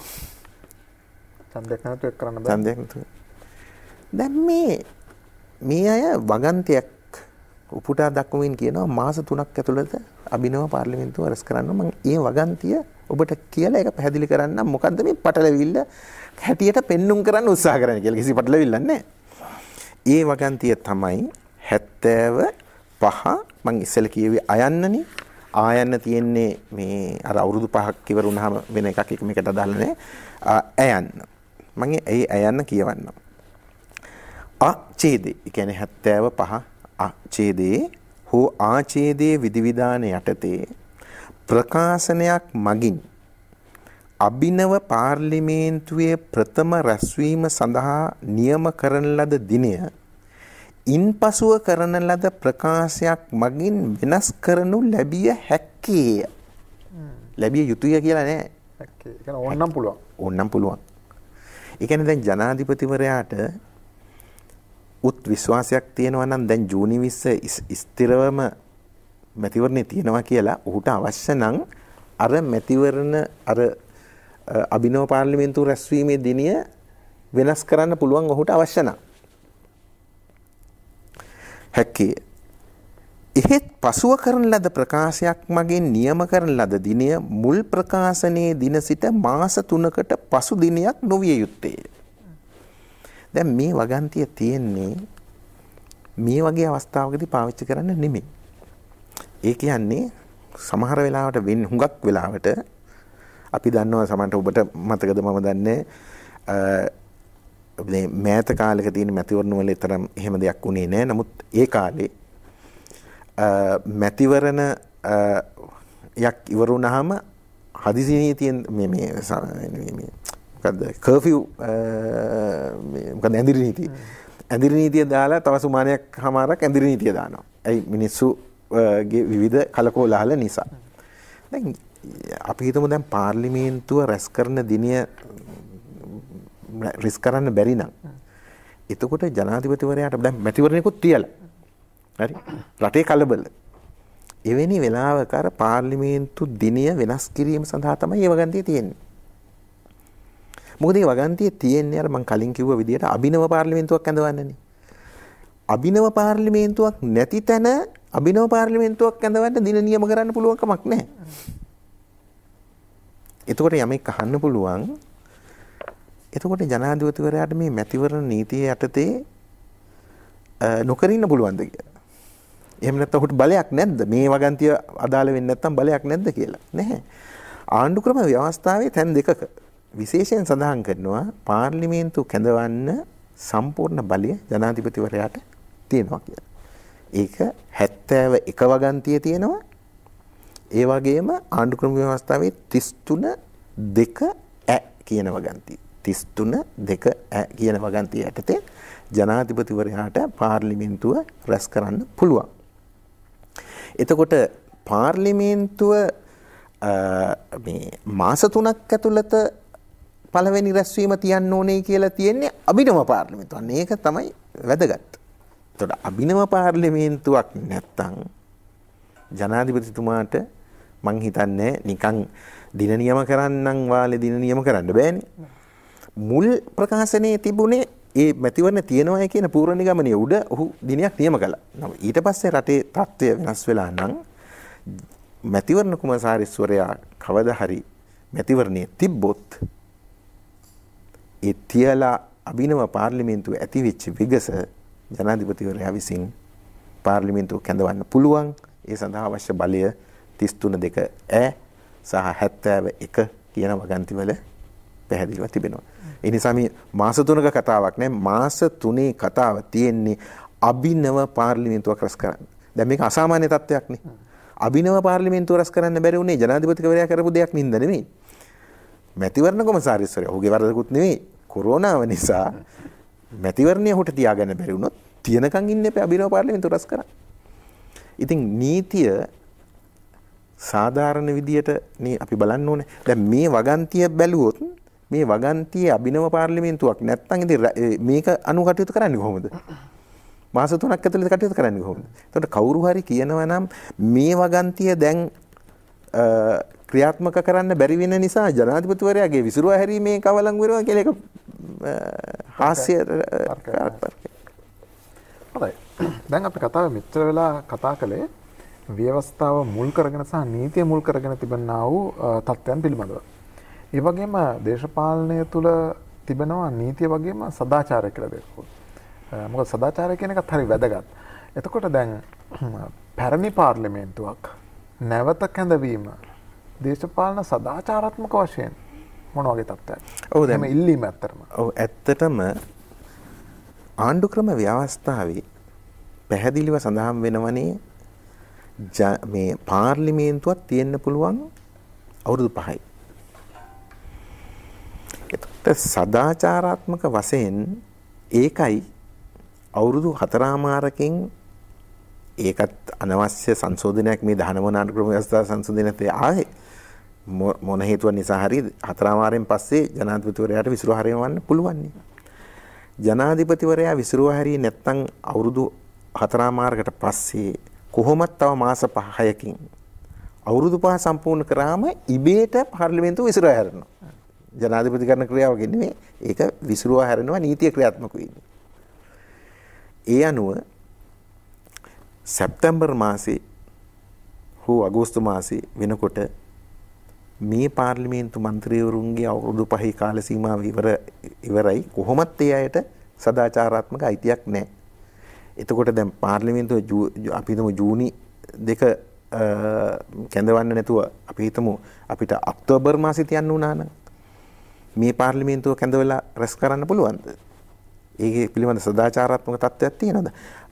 අර මම කලින් විස්තර කළා වගේ ජනාධිපතිවරයාට ඡන්දෙට කලින් ඔහු කිව්වේ අපි මේ නිර්මල පාර්ලිමේන්තුවක් ගොඩනගන්න ඕනේ කියන්නේ.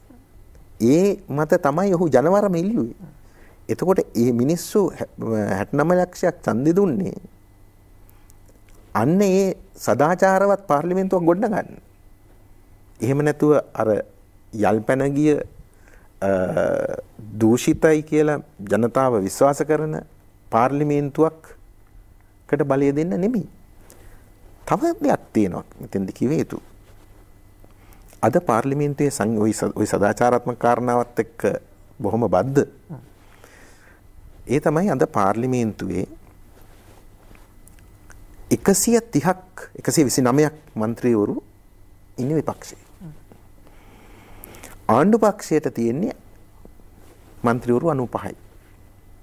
ඔව් 96යි. එතකොට වැඩි බලයක් තියෙන විපක්ෂයට. දැන් පාර්ලිමේන්තුව අපි හිතමු හෙට රැස් කළා කියලා. උන්ට පුළුවන් පාර්ලිමේන්තුවේ ස්ථාවර නියෝග අත්හිටුවන්න.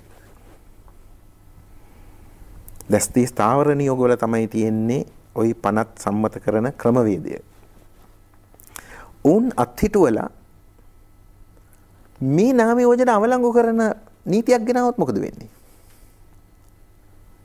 එහෙම නැත්නම් මැතිවරණය ඔවුන්ට රිසි දවසක තියන්න සංශෝධනයක් ගෙනාවොත් මොකද වෙන්නේ? එතකොට ජනාධිපතිවරයාට පුළුවන්ද තමන්ගේ ඒ කියන්නේ ජනතා වරමක් ලැබිච්ච දේශපාලන ප්‍රවාහයකින් ඔහු ඇවිල්ලා ඉන්නේ. දැන් ඒක කමක් නැහැ. විපක්ෂයට නම් ජනතාව ඉන්නේ විපක්ෂයත් එක්ක නම් ඒක ප්‍රශ්නයක් නෑ. ඒ කියන්නේ වර්තමානයේ තුල. දැන් මේ පරණ පාර්ලිමේන්තුවක් නේ 2015 මතය තමයි තාම ක්‍රියාත්මක. 2015. ඒතකොට 2015 අවාසනාවකට ඇතිවෙච්ච සංයුතිය ඔය අර අන්තිමේදී සම්බන්ධන් මහත්තයා ඒක හරි කෘතිමව ඇතිවෙච්ච පාර්ලිමේන්තුවක් නේ. දැන් අපි මේක දකින්න ඕනේ වෙන දෘෂ්ටි කෝණයකින් නේ. අපි දන්නවා 2015 පාර්ලිමේන්තුව පත් වෙලා ඉවකට හිටපු රජය දෙකඩ වෙලා කොටසක් මේ ඔය අර බෙදුම්වාදී වර්ගවාදී දේශපාලන ප්‍රවාහයත් එක්ක එකතු වෙලා ඒ අය ඇති කරපු පාර්ලිමේන්තුවක් තුල තමයි മന്ത്രിවරු 20ක් ඉන්න විපක්ෂ නායකවරයෙක් පත් කරගත්තේ. පාර්ලිමේන්තුවේ മന്ത്രിවරු 20යි ඉන්නේ සම්බන්ධයෙන් මහත්තයා. මේ කෘතිම ඇතිකලිය. අර බහුතරයක් නියෝජනය කරන විපක්ෂයේ മന്ത്രിවරු ඉන්න කණ්ඩායම් වලට විපක්ෂ නායකවරයෙක් පත් කරගන්න ඉඩ දුන්නේ නැහැ. දැන් 2015 මැතිවරණයේ මහින්ද රාජපක්ෂ මහත්තයා පරාජය වුණත් ඔහු පාර්ලිමේන්තුවේ හිටියානේ. ඔහුත් එක්ක മന്ത്രിවරු 52ක්ද කොහෙද හිටියානේ. නමුත් එතුමාට විපක්ෂ නායක වෙන්න ඉඩ දුන්නේ නැහැ. බලහත්කාරකමින් මේ දෙමළ ජාතක සන්ධානයේ മന്ത്രിවරු 20 දෙනෙක් පමණක් ඉන්න එක්කෙනා විපක්ෂ නායක බවට පත් වුණා. විපක්ෂ නායක බවට පත් වෙලා සියලු පත් කිරීම. ඒ හින්දා තමයි අපිට ওই හූල් මහත්තයා වගේ අය අද මේ මැතිවරණ කොමසාරිස් කොමිසමේ ඉන්නේ.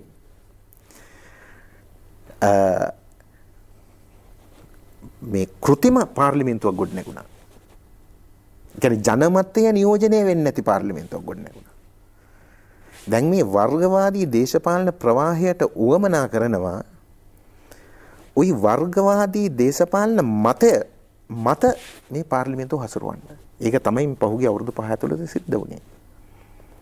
අන්න ඒකට මං හිතන්නේ ජනාධිපතිවරයාට ඕන වුණත් මේ රටේ ජනතාවට ඉඩ දෙන්න පුළුවන් කියලා.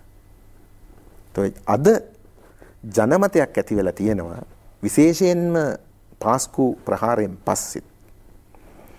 ඒ වගේම අර ඊනියා ආණ්ඩුක්‍රම ව්‍යවස්ථාව උරුමිත්ත නාඩු කියලා ලංකාව උරුමිත්ත නාඩුවක් කරන්න ඕනේ කියලා අලුත් ව්‍යවස්ථාවක් සම්පාදනය කළානේ පාර්ලිමේන්තුව. ශ්‍රී ලංකාව උරුමිත්ත නාඩුවක් වේවි. හරි. අන්නේ පාර්ලිමේන්තුවට තමයි මේ කාලය ඇතුළත බලය ලැබුණොත් ඔවුන්ට ඕනම නීතියක් වෙනස් කරන්න පුළුවන්. ඇයි? ජනාධිපති නියෝජනය කරන දේශපාලන ප්‍රවාහයට කියන්නේ ජනවරමක් ලැබිච්ච දේශපාලන ප්‍රවාහය නෙමෙයි පාර්ලිමේන්තුව නියෝජනය කරන්නේ. එතකොට ප්‍රශ්නේ තියෙන්නේ රටට අහිතකර විදියට. දැන් ඔබ මගෙන් අහන්න පුළුවන් මේක නිකන් ඔබේ සිතුවිල්ලක් නේද කියලා හිතන්නත් පුළුවන්. මොකද පළාත් සභාවට උනේ? දැන් අද පළාත් සභාව නැහැ. ඇයි පළාත් සභාව මැතිවරණේ තියන්න මැතිවරණ කොමසාරිස්ට බැරි වුණේ? ওই පළාත් සභාව නීතිය වෙනස් කළා. ඒ නීතිය වෙනස් කරා මැතිවරණේ තියන්න බැරි වෙන විදියට. හරි. පළාත් පාලන මේ මැතිවරණ තිබුණේ නැහැනේ අවුරුදු ගණනාවක්. එතකොට මේ අපිට පේනවා මේ පාර්ලිමේන්තුවේ මේ කෘතිමව ඇති කරපු මේ සංයුති තාමත්ම වාසනාවන්ත විදියට කෘතිමව ඇති කරපු මේ වර්ගවාදී දේශපාලන ප්‍රවාහයන් අන්තවාදී දේශපාලන ප්‍රවාහයන් කොහොම හරි තව මාස දෙක තුනක් හරි අර යන මිනිහා කොරහත් බින්දගෙන යනවා වගේ මේ අයට ජනවරමක් නැති බව අපි හොඳ ආකාරව දන්නවා. එතකොට එවැනි අයට මේ රටේ නීති පද්ධතිය වෙනස් කරන්න මේ අතර කාල තුලදී ඉදිරිය යුතුද කියන ප්‍රශ්නේ පැන නගිනවා. ඒකයි අපිට දැන් මම මේ කියන්නේ මේ ආණ්ඩු පක්ෂයේ ඉන්න අය විතරක් හොඳයි අරගොල්ලෝ නරකයි කියලා නෙමෙයි. දැන් ඒකේ බලන්න ওই විපක්ෂයේ ඉන්න മന്ത്രിවරු ප්‍රකාශ කළත් අපේ පාර්ලිමේන්තුව කැඳවන්න කියලා ඉල්ලීමක් කළත් බොහෝ දෙනා කියන්නේ නෑ ජනාධිපතිවරයාගේ ක්‍රියාව නීති විරෝධී කියලා. ඕක කියන්නේ මේ දෙමළ ජාතික සන්ධානයේ മന്ത്രിවරයානේ. ඔබ ওই කතා ටික ඇහුවොත් සහ ඔහුත් එක්ක ඊ타මත්ම කිට්ටුවෙන් බද්ධ වෙලා ඉන්න පිරිසක් තමයි කියන්නේ මේ ජනාධිපතිවරයාගේ ප්‍රකාශනය අවලංගුයි. ඔහුට මුදල් වියදම් කරන්න බලයක් නැහැ. පාර්ලිමේන්තුව තමයි මුදල් වියදම් කරන්න ඕනේ. මොකද්ද මේ අපි ජාත්‍යන්තරයට කියන්නේ? ඔවුන් මේ දෙන්න හදන පණිවිඩය මොකද්ද? ඔවුන් මේ දෙන්න හදන පණිවිඩය තමයි ජාත්‍යන්තරයට කියනවා ඔන්න අපිට ඒකාධිපති ජනාධිපතිවරයෙක් ඉන්නවා. ඔහු ව්‍යවස්ථාවට අනුකූලව නෙවෙයි කටයුතු කරන්නේ. ඔහු නීත්‍යානුකූලව නෙවෙයි කටයුතු කරන්නේ. දැන් මේ කොරෝනාව මර්ධනය කරන්න අපිට අනිවාර්යයෙන්ම ප්‍රජාතන්ත්‍රවාදී ලෝකයේ විශේෂයෙන්ම රටවල් වල සහයෝගය ඕනේනේ. රටක නීතිය අභිබවා කටයුතු කරන ජනාධිපතිවරයෙකුට ඒ සහයෝගය ලබා දීද? දැන් මේකෙන් වෙන්නේ මේ කොරෝනාව මර්ධනය කරන්නත් අපිට බැරි වෙනවා. ඇයි? ඒ අය ලවා. එහෙම නැත්නම් මේගොල්ලෝ අපිට බොරු නඩුවක් දැම්ම කියලා. දැන් ඔබ මේ වගන්ති ඔබ අහගෙන හිටියනේ. මේක කිසි ප්‍රශ්නයක් නෑ. නමුත් බොරු නඩුවක් දානවා. නඩුවක් දාලා ඕක අපි නීතිඥවරු හැටියට දන්නවනේ නඩු කොහොමද කල්යන්නේ කියලා. එක්ක කඩදාසි හම්බුන්නේ නෑ කියයි. තව මොකක්වත් නෑ කියයි. ඕක විභාගේ කල්දදා තියාගන්න පුළුවන්. එතකොට ජාත්‍යන්තර කියන්නේ අපි දැන් උසාවි ගිහිල්ලා තින්නේ මේ ප්‍රශ්නේ දැන් තියෙනවා ශ්‍රේෂ්ඨාධිකරණේ. හරි මේක විසඳෙනකන් උඹලා සල්ලි දෙන්න එපා. මේ ජනාධිපතිවරයා මේ ඒකාධිපතියෙක් හැටියට කටයුතු කරන්නේ. අනික අපි දන්නවනේ බටහිර ලෝකයේ චෝදනාවක් කළොත් විශේෂයෙන්ම මේ රටට දේශප්‍රේමී ප්‍රවාහයට විරුද්ධව කියන්නේ මේ අන්තවාදීන් විසින් ඉතාමත්ම නරක චිත්‍රයක් ජාත්‍යන්තරේ මවලා තියෙනවනේ. අන්නේ චිත්‍රය තමයි මේ ගොඩනගන්න උත්සාහ කරන්නේ. දැන් ඔවුන් දන්නවා මාර්තු වෙනකොට ජෙනීවා නුවර මානව හිමිකම් කොමිසම රැස් වෙනවා.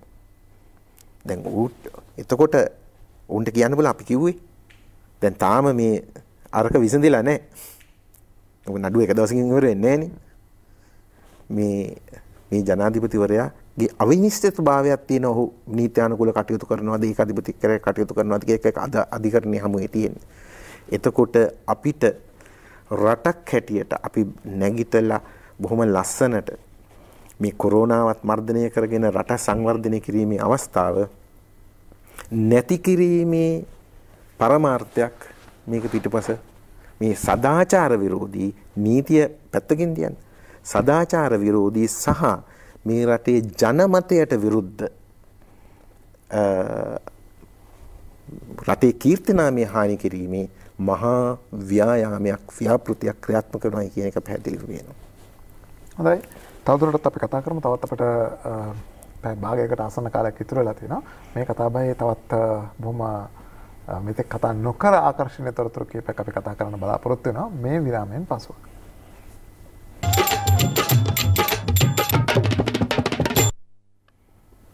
අපේ කතාබහේ අවසාන අදියරට අපි ඇවිල්ලා ඉන්නේ. දැන් මෙච්චර කතා කරපු දේවල් වල බොහොම සාරාංශයක් කියනවා නම් තප්පර ගානක් ඇතුළත පාර්ලිමේන්තුව ඉස්සරහ හැරියා මැතිවරණ සඳහා දිනයක් නියම කළා. ඒ දිනයට මැතිවරණය තියන්න බැරි බවට මැතිවරණ කොමිසම විසින් අවබෝධ කරගත්ත නිසා මැතිවරණයේ දිනය ආපහු කල් දැම්ම. මේ වටා තිබෙන නීතිමය තත්ත්වය සහ සදාචාරාත්මක තත්ත්වය පිළිබඳව තමයි කතා කළේ. දැන් මේ සියල්ල කතා කළාම අපි ආපහු අවධාරණය කරන්න ඕන කාරණේ තමයි රටේ මැතිවරණ තිබීම වැදගත්. ඒ වගේම අලුත් පාර්ලිමේන්තුවක් පත් කිරීම ඉතාමත්ම වැදගත් කියලා. මේ වෙලාවේදී මම හිතන්නේ මිනිස්යන්ට අවශ්‍ය වෙන්නේ නැවත පරණ දේ එකතු කිරීම නෙවෙයි අලුත් නැවුම් පාර්ලිමේන්තුවක් ඇති කිරීම. මේ නැවුම් පාර්ලිමේන්තුවක් ඇති කිරීම කොයිතරම් වැදගත්ද රටේ ඉතිරි අවුරුදු 5 අනාගතය සඳහා? මම හිතන්නේ ඒක ඉතාමත්ම වැදගත්. මොකද දැන් ඔබ සමාජ මාධ්‍ය එහෙම දකින්න ඇති නෑ මේ පාර්ලිමේන්තුව අපිට ඕනෙම නෑ. අපිට පාර්ලිමේන්තුත් ඕන නෑ කියලා කියන තත්ත්වයට සමහර අය මේ වුණා. නමුත් ප්‍රජාතන්ත්‍රවාදී ලෝකේ අපිට පාර්ලිමේන්තුවක් අපි කියන්නේ පාර්ලිමේන්තුවක් ඕනේ නෑ කියලා. අපි අභිනව පාර්ලිමේන්තුවක් සකස් කරන්න ඕනේ ජනමතය නියෝජනය වෙන. දැන් අද මේ ප්‍රශ්නේ පැන නැගුණේ 1978 මේ ආණ්ඩු ක්‍රම ව්‍යවස්ථාව එතෙක් පැවති මැතිවරණ ක්‍රමය වෙනස් කළානේ.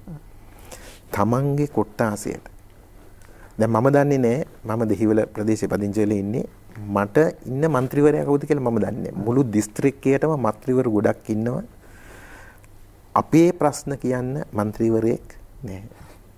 එතකොට මේ කොට්ටාස ක්‍රමය සම්පූර්ණයෙන්ම නැති කරලා මේ විකෘති සමානුපාත ඡන්ද ක්‍රමයක් ඇති කරලා මේ රටේ ජනමතය නියෝජනය වෙන්නේ නැහැ. ඒ නිසා 78න් පස්සේ 3/2ක ජනවරමක් ලබා ගන්න බැරි පාර්ලිමේන්තුව තමයි නිර්මාණය වුණේ. එතකොට විකෘති මැතිවරණ ක්‍රමයක් සකස් කළා. විවිධ අන්තවාදී කොටස් එක්ක එකතු වෙලා ඔවුන් රජයන් වලට සහයෝගය දුන්නේ මෙන්න අපේ න්‍යාය පත්‍රය. ඒකින්ද තමයි ওই 19 13 ඒවා සම්මත කරගන්න පුළුවන්කම ලැබුණේ අර අන්තවාදී මේ රට පාලනය කරන දාපු උත්සාහය නිසානේ. දැන් ඔබට මතක ඇති 13 වන සංශෝධනය ඇඳිරි නීතිය දාලා නේ ගෙනාවේ. පාර්ලිමේන්තු මන්ත්‍රීවරුව හොටල් එක නවත්තලා එදාට ඉස්සරින්ද රෑ මම හිතන්නේ ටච් හොටලෙද කොහෙද නැවැත්තුවේ බස් එක අරගෙන ගිහිල්ලා ජනාධිපතිවරයාගේ සාක්කුවේ ඔවුන්ගේ ඉල්ලාස්වීම් තිබුණා. එහෙම තමයි 13 වන ආණ්ඩුක්‍රම ව්‍යවස්ථා සංශෝධනය සම්මත කරගත්තේ. විවිධ බාහිර දේශපාලන බලපෑම් මත. එතකොට ওই බටහිර ලෝකයනේ දැන් ওই 19 සම්මත කරගත්තේ. දැන් ওই 19 සම්මත කරගෙන ওই කොමිෂන් සභා ඇති කරානේ. දැන් මේ කොමිෂන් සභාවට අපේ රාජ්‍ය සේවයට වඩා කොමිෂන් සභාව හොඳයිද? දැන් ඇයි අපි හිතන්නේ කොමිෂන් සභාවක් තිබ්බොත් රාජ්‍ය නිලධාරියෙකුගේ ක්‍රියාකලාපයට වඩා හොඳ වෙයි කියලා?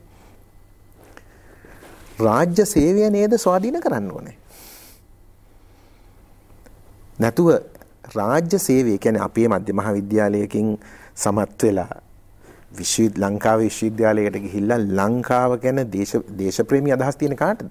දේශප්‍රේමී හදන්න තියෙන්නේ අපේ ගමේ ඉස්කෝලේට ගිහිල්ලා. මධ්‍ය මහා විද්‍යාලයකින් විශ්වවිද්‍යාලයට තීරලා ඒ විශ්වවිද්‍යාලයෙන් ඊළඟට රාජ්‍ය සේවයට ඇවිල්ලා ඉන්න අයගේ ස්වාධීනත්වය නෙවෙයිද ගොඩනගන්න ඕනේ. මේගොල්ලෝ මොකද කළේ මේ 19 කියලා? 19 කියලා කළේ අර එන්ජිஓ කාර්යෝ අර රාජ්‍ය සේවයට ඉහළින් පාලනය කරන්න පුළුවන් ආයතන බිහි කළා.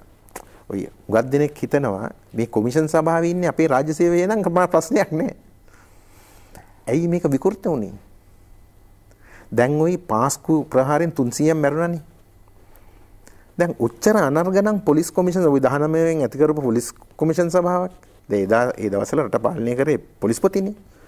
ඉතින් કોઈ කොමිෂන් සභාව උච්චර ස්වාධීන සහ උච්චර හොඳ නම් පාස්කු ප්‍රහාරයෙන් 300 මිය ගියේ කොහොමද? ඒ කියන්නේ ඒ තොරතුරු ලැබිලත් පොලිසියට ඔවුන් ගත්ත ක්‍රියාමාර්ගය මොකද්ද? ඉතින් ඔබට තේර දැන් මානව හිමිකම් කොමිෂන් සභාව කියලා එකක් තියෙනවා. අද මානව හිමිකම් කොමිෂන් රටේ මානව හිමිකම් තත්ත්වය මීට අවුරුදු 20කට විතර තිබිච්ච මානව හිමිකම් තත්ත්වයට වඩා හොඳයිද? එතකොට මානව හිමිකම් කොමිෂන් සභාව මොකද කරලා තියෙන්නේ? මැතිවරණ කොමිසමේ ඉන්නේ මැතිවරණ තියන්නනේ. මැතිවරණ කල් දාන්න නෙමෙයි. දැන් මැතිවරණ කොමසාරිස් එක මැතිවරණ රහූල් කියන මහත්තයා ගියපාර මැතිවරණය තියන්න යනකොට ඔහු උසාවිය ගියා මැතිවරණ තියන්න දෙන්න බෑ මේ පාර්ලිමේන්තු විසුරුවා හැරීම වල ඒ කියන්නේ ඔහු කොමිසමේ සමාජිකයට ඉන්නකම් ඉන්න අතරේ ඉතින් අපිට දකින්න ලැබෙනවා මේ පිළිබඳ ප්‍රශ්නයක් නැති වුණාට විවිධ අවස්ථාවන් වලදී මේ අන්තවාදීන්ට මේ රට පාලනය කරන්න පුළුවන් පාර්ලිමේන්තු සංයුතියක් ගොඩනැගිලා තියෙනවා. ඒ නිසා අපි පිරිසිදු දේශප්‍රේමීන්ගෙන් සංයුක්ත පාර්ලිමේන්තුවක්. දේශප්‍රේමීන් කියලා මම කියන්නේ රටට ඇත්තටම ආදරය කරන පිළ. රටේ සම්පත් විකුණන පාර්ලිමේන්තුවක් නෙමෙයි.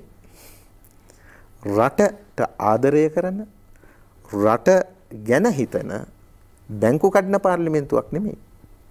රට ගැන හිතන පාර්ලිමේන්තුවක් අපි සකස් කරගන්න ඕනේ. ඒක සකස් කරගන්න පුළුවන් වෙන්නේ 3න් 2ක් තිබ්බොත්. මේක අපි මොහොතකටවත් හිතන්න හොඳ නැහැ.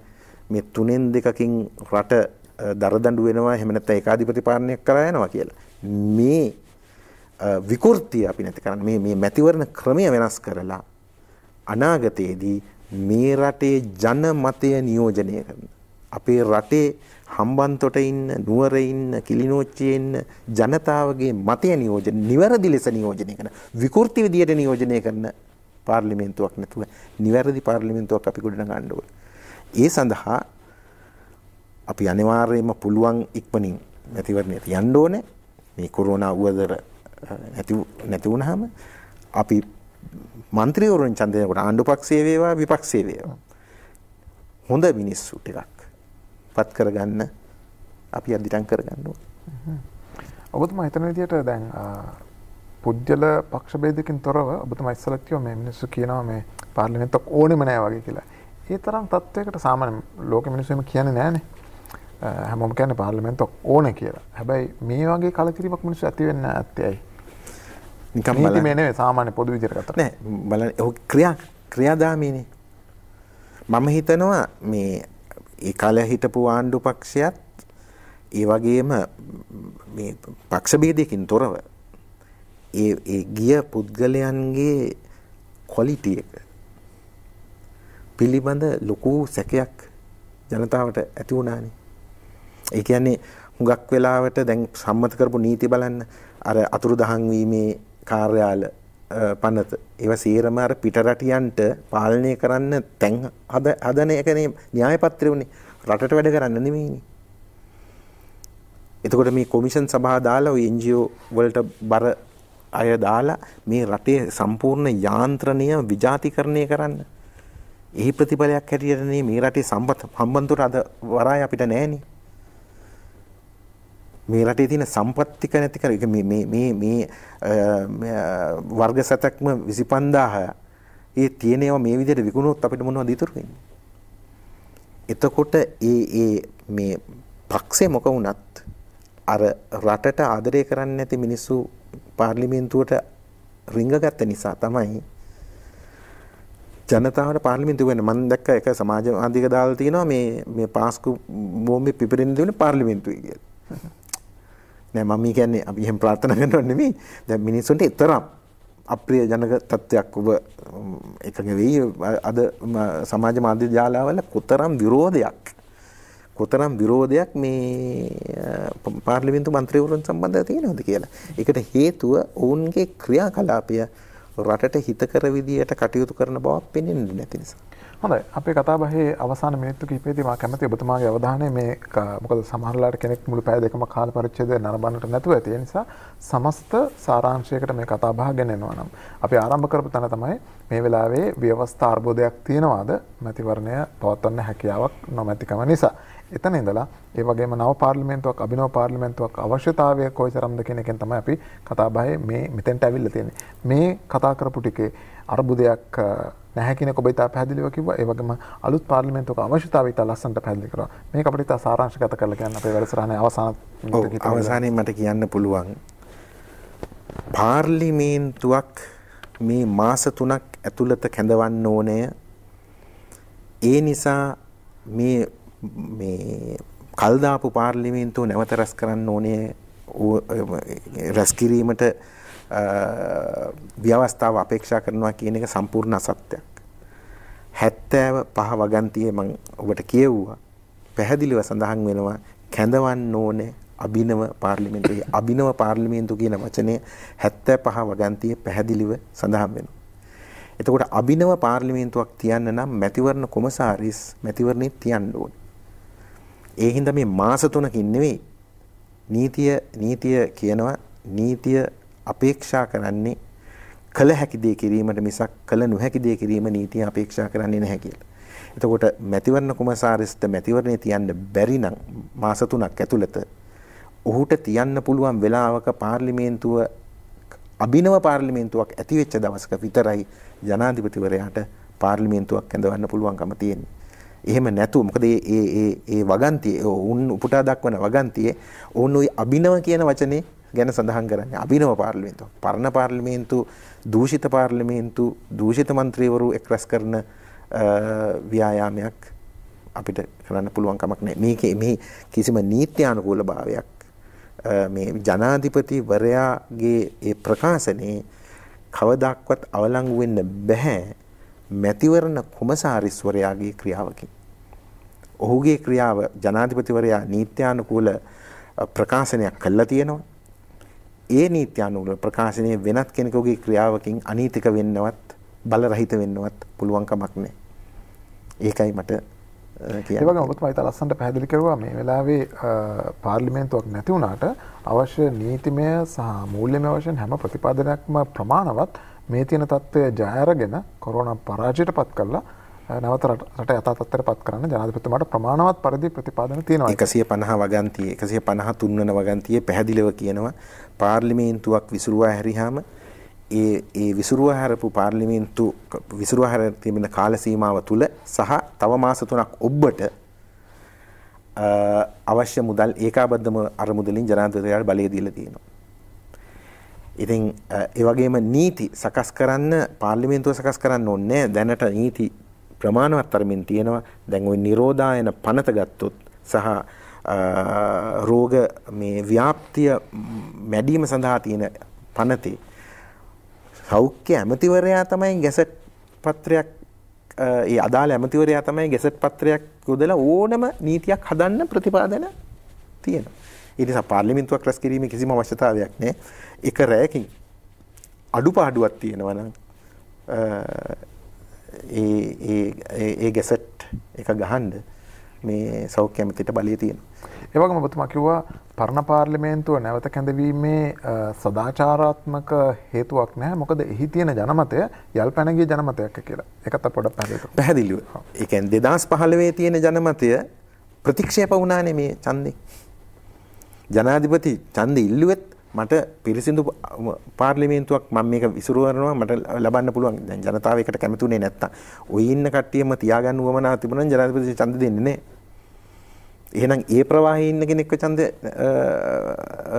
දිනවනවනේ. ජනාධිපතිගේ මේ විශිෂ්ට ජයග්‍රහණය පෙනෙනවා ජනමතය තමයි මේ දේශපාලන අර යල්පැන ගිය දේශපාලන මතය වෙනුවට රටට අලුත් දැක්මක් එක පාර්ලිමේන්තුවක් අවශ්‍යයි කියන්නේ. ඒ නිසා මේ පාර්ලිමේන්තුව දැනට 130ක් ඒ කියන්නේ ආණ්ඩු පක්ෂයට වඩා වැඩි മന്ത്രി සංඛ්‍යාවක් ඉන්න මේ විපක්ෂයට නීති හදන්න දුන්නොත් මේ කාල සීමාව තුළදී මේ රට ව්‍යාකූල කරන තත්ත්වයක් නිර්මාණය වෙන්න පුළුවන්. ඒ වගේම ඔබ කිව්වා අවසාන අදියරට එනකොට මේක මේ කාටවත් ඕන දෙයක් නෙමෙයි බොහොම කියන්නේ බහුතරයකට අවශ්‍ය දෙයක් නෙමෙයි සුළුතරයක් විසින් බොහොම අදිසි විදිහට කරගෙන යන දෙයක්. පැහැදිලිව මේක කෙලින්ම මේ අපිට සුළුවෙන් කියන්න පුළුවන් දෙයක් නෙවෙයි.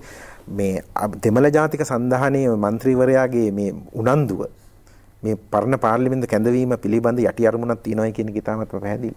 ඒ කියන්නේ මේ රටේ ජනාධිපතිවරයා වරමක් ඇතිව පත්වෙච්ච ජනාධිපතිවරයා ඒකාධිපතියෙක් නීති විරෝධීව කටයුතු කරනවා. අර එක්කෙනෙක් මට ඇහුණා කියනවා මේ ඇඳිරි නීතියත් නීති අනුකූල නැහැ කියලා. ඒතකොට නීති අනුකූල ඒ කියන්නේ මිනිස්සු එළියට වරෙල්ලා දැන් මේ නීති අනුකූල නැහැ. තව කොරෝනා හැදෙන එකක් නෙවෙයි කියන්නේ. ඒ වගේ රට ව්‍යාකූල කරන ව්‍යාපෘතියක් තියෙන බවක් පැහැදිලිව දකින්න ලැබෙනවා. හොඳයි. ඒ වගේම අවසාන වශයෙන් ඔබතුමා අපිට කියන්න දැන් මේ ව්‍යවස්ථාවේ යම්කිසි ගැටලු තියෙන බවක් ඔබතුමා කිව්වා. ඒ කියන්නේ මේ විශේෂයෙන්ම 19 සංශෝධනයත් එක්ක. ඒ නිසා අලුත් පාර්ලිමේන්තුවක සංයුතය මේ වෙනස් කරගන්න පුළුවන් එකක් කියන එක විය යුතුයි කියන එක ඔබතුමා අවධාරණය කරනවා. මම හිතනවා අපි 3න් 2ක් ලබා දිය යුතුයි එන කවුරු හරි පත් වෙන රජයට. මොකද මේ අර NGO කරුවන් සහ විජාතික බලවතුන්ගේ උවමනාවට රට පාලනය කරන්න පුළුවන්. ඒ කියන්නේ අර අන්තවාදීන් හසුරුවන අපේ සහයෝගයක් නැතුව උඹලට කරන්න බෑ. ඒ කියන්නේ හොඳ මිනිස්සු නම් ප්‍රශ්නයක් නෑ. ඒ අන්තවාදීන් ඒ කියන්නේ ওই පාස්කු ප්‍රහාර පිටිපස්සේ ඉන්න බැංකු කඩන පිටිපස්සේ ඉන්න එහෙම නැත්නම් විජාතික න්‍යාය පත්‍ර වලට අනුව කටයුතු කරන පිරිසක් පාලනය කරන පාර්ලිමේන්තුවක් කින් අපි මේ රට මුදවා ගත යුතුව තියෙනවා. හොඳයි අපි කතා කරපු කාරණා අවසාන මිනිත්තු කිහිපය තුළ අපි තම බොහොම පැහැදිලිව නැත් සාරාංශගත කළේ මුළු කාල පරිච්ඡේදය තුළම ඔබට නරඹන්නට බැරුණා නම් ඒත් කතා කළ කාරණා පිළිබඳව යම්කිසි අදහසක් අවබෝධයක් ලබා දීම සඳහා. ඉතින් අද දවසේදී මේ කතා බහ පිළිබඳව අපි ගෙනීම පිළිබඳව ඔබට ස්තුතිවන්ත වෙනවා. විශේෂයෙන්ම ලංකාවේ ව්‍යවස්ථාව පිළිබඳව හසල දැනුමක් ඇති ඒ වගේ මේ බොහොම බොහොම මතකයෙන් નિરાයාසයෙන් ඒවා ප්‍රකාශ කරන්න පුළුවන් අවබෝධයක් දැනුමක් තිබෙන ජනාධිපති නීතිඥ මනෝහර ආරද සිල්වා. බොහොම ස්තුතියි. අයිබෝන් බොහොම ස්තුතියි. එහෙමනම් අද දවසේ අපි ඉරිදා අයිබෝන් මෙසේ නිවාවටපත් කරනවා. මේ දවස්වල ගෙවල් වල ඉන්න ගමන් අලුත් දේවල් කරන්න හැමෝම උත්සාහ කරනවා. ඒකට හේතුව තමයි සාමාන්‍ය දේවල් අපිට කරන්න හැකියාවක් නැති නිසා. ඉතින් ශ්‍රී ලංකාවේ ගායක ගායිකාවනුත් එකතු වෙලා Tamanට එකතු වෙන්න බැරි නිසා ඉන්න තැන්වල ඉඳලා එකතු වෙලා මේ ලස්සන නිර්මාණයක් කරලා තියෙනවා. මේ නිර්මාණය ගීතයක් විදිහට අද එළියට ඇවිල්ලා තියෙනවා. ඔවුන් තමන්ගේ ගෙදර ඉඳගෙන නමුත් එක ජාලගත වෙලා ලස්සන නිර්මාණයක් කරලා තියෙනවා. ඒ නිර්මාණය ඔබට ඉදිරිපත් කරමින් අද දවසේ ඉරිදා ආයුබෝවන් අපි මෙසේ නිමවටපත් කරනවා. ඔබ සැමට සුවදායක අනාගතයක් ප්‍රාර්ථනා කරනවා. ආයුබෝවන්.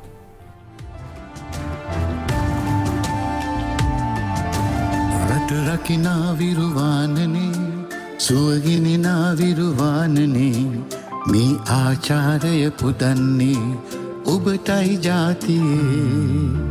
රට රකිනා විරුවානනේ සුවගිනිනා විරුවානනේ මේ ආචාරය පුදන්නේ ඔබටයි ජාතියේ. වෙහෙස පෙනෙනවා ඔබේ දැසින් විරුවානනේ දිවරෑ නුඹලා අප වෙනුවෙන් මයි කැපවුණේ.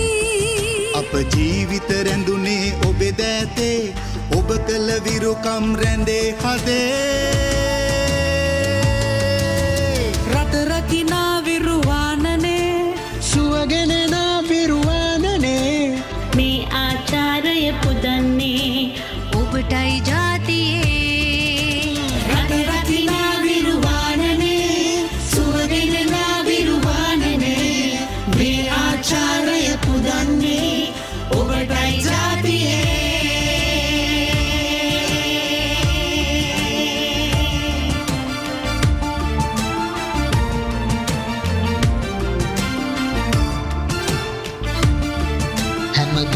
දොරක් පාසා පියමනිමින්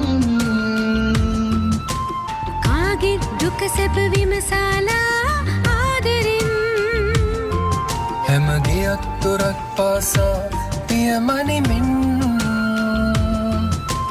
කාගේ දුක සැප විමසලා ආදරෙන්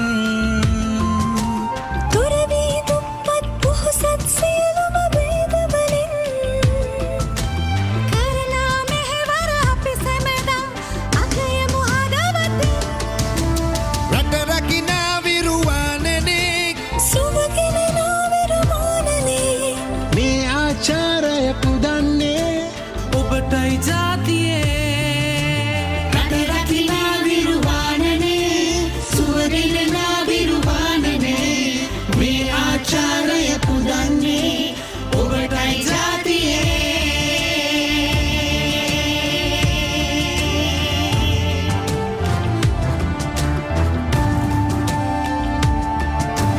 එකමුතු වී අපි කවුරුත් එක මගේ කැපවී ජය අරගනිමු මේ රුදු අරගලේ. අප සුරකින්න රණ විරුවන් පෙරමගේ ඔහුනට ඉඩ දෙමු අප සැමගේ ඉරණම ජාතියේ. රට රකිනා විරුවානනේ සුවගෙනනා විරුවානනේ මේ ආචාරය පුදන්නේ ඔබටයි ජාතියේ. රට රකිනා විරුවානනේ සුවගෙනනා විරුවානනේ මේ ආචාරය පුදන්නේ ඔබටයි ජාතියේ.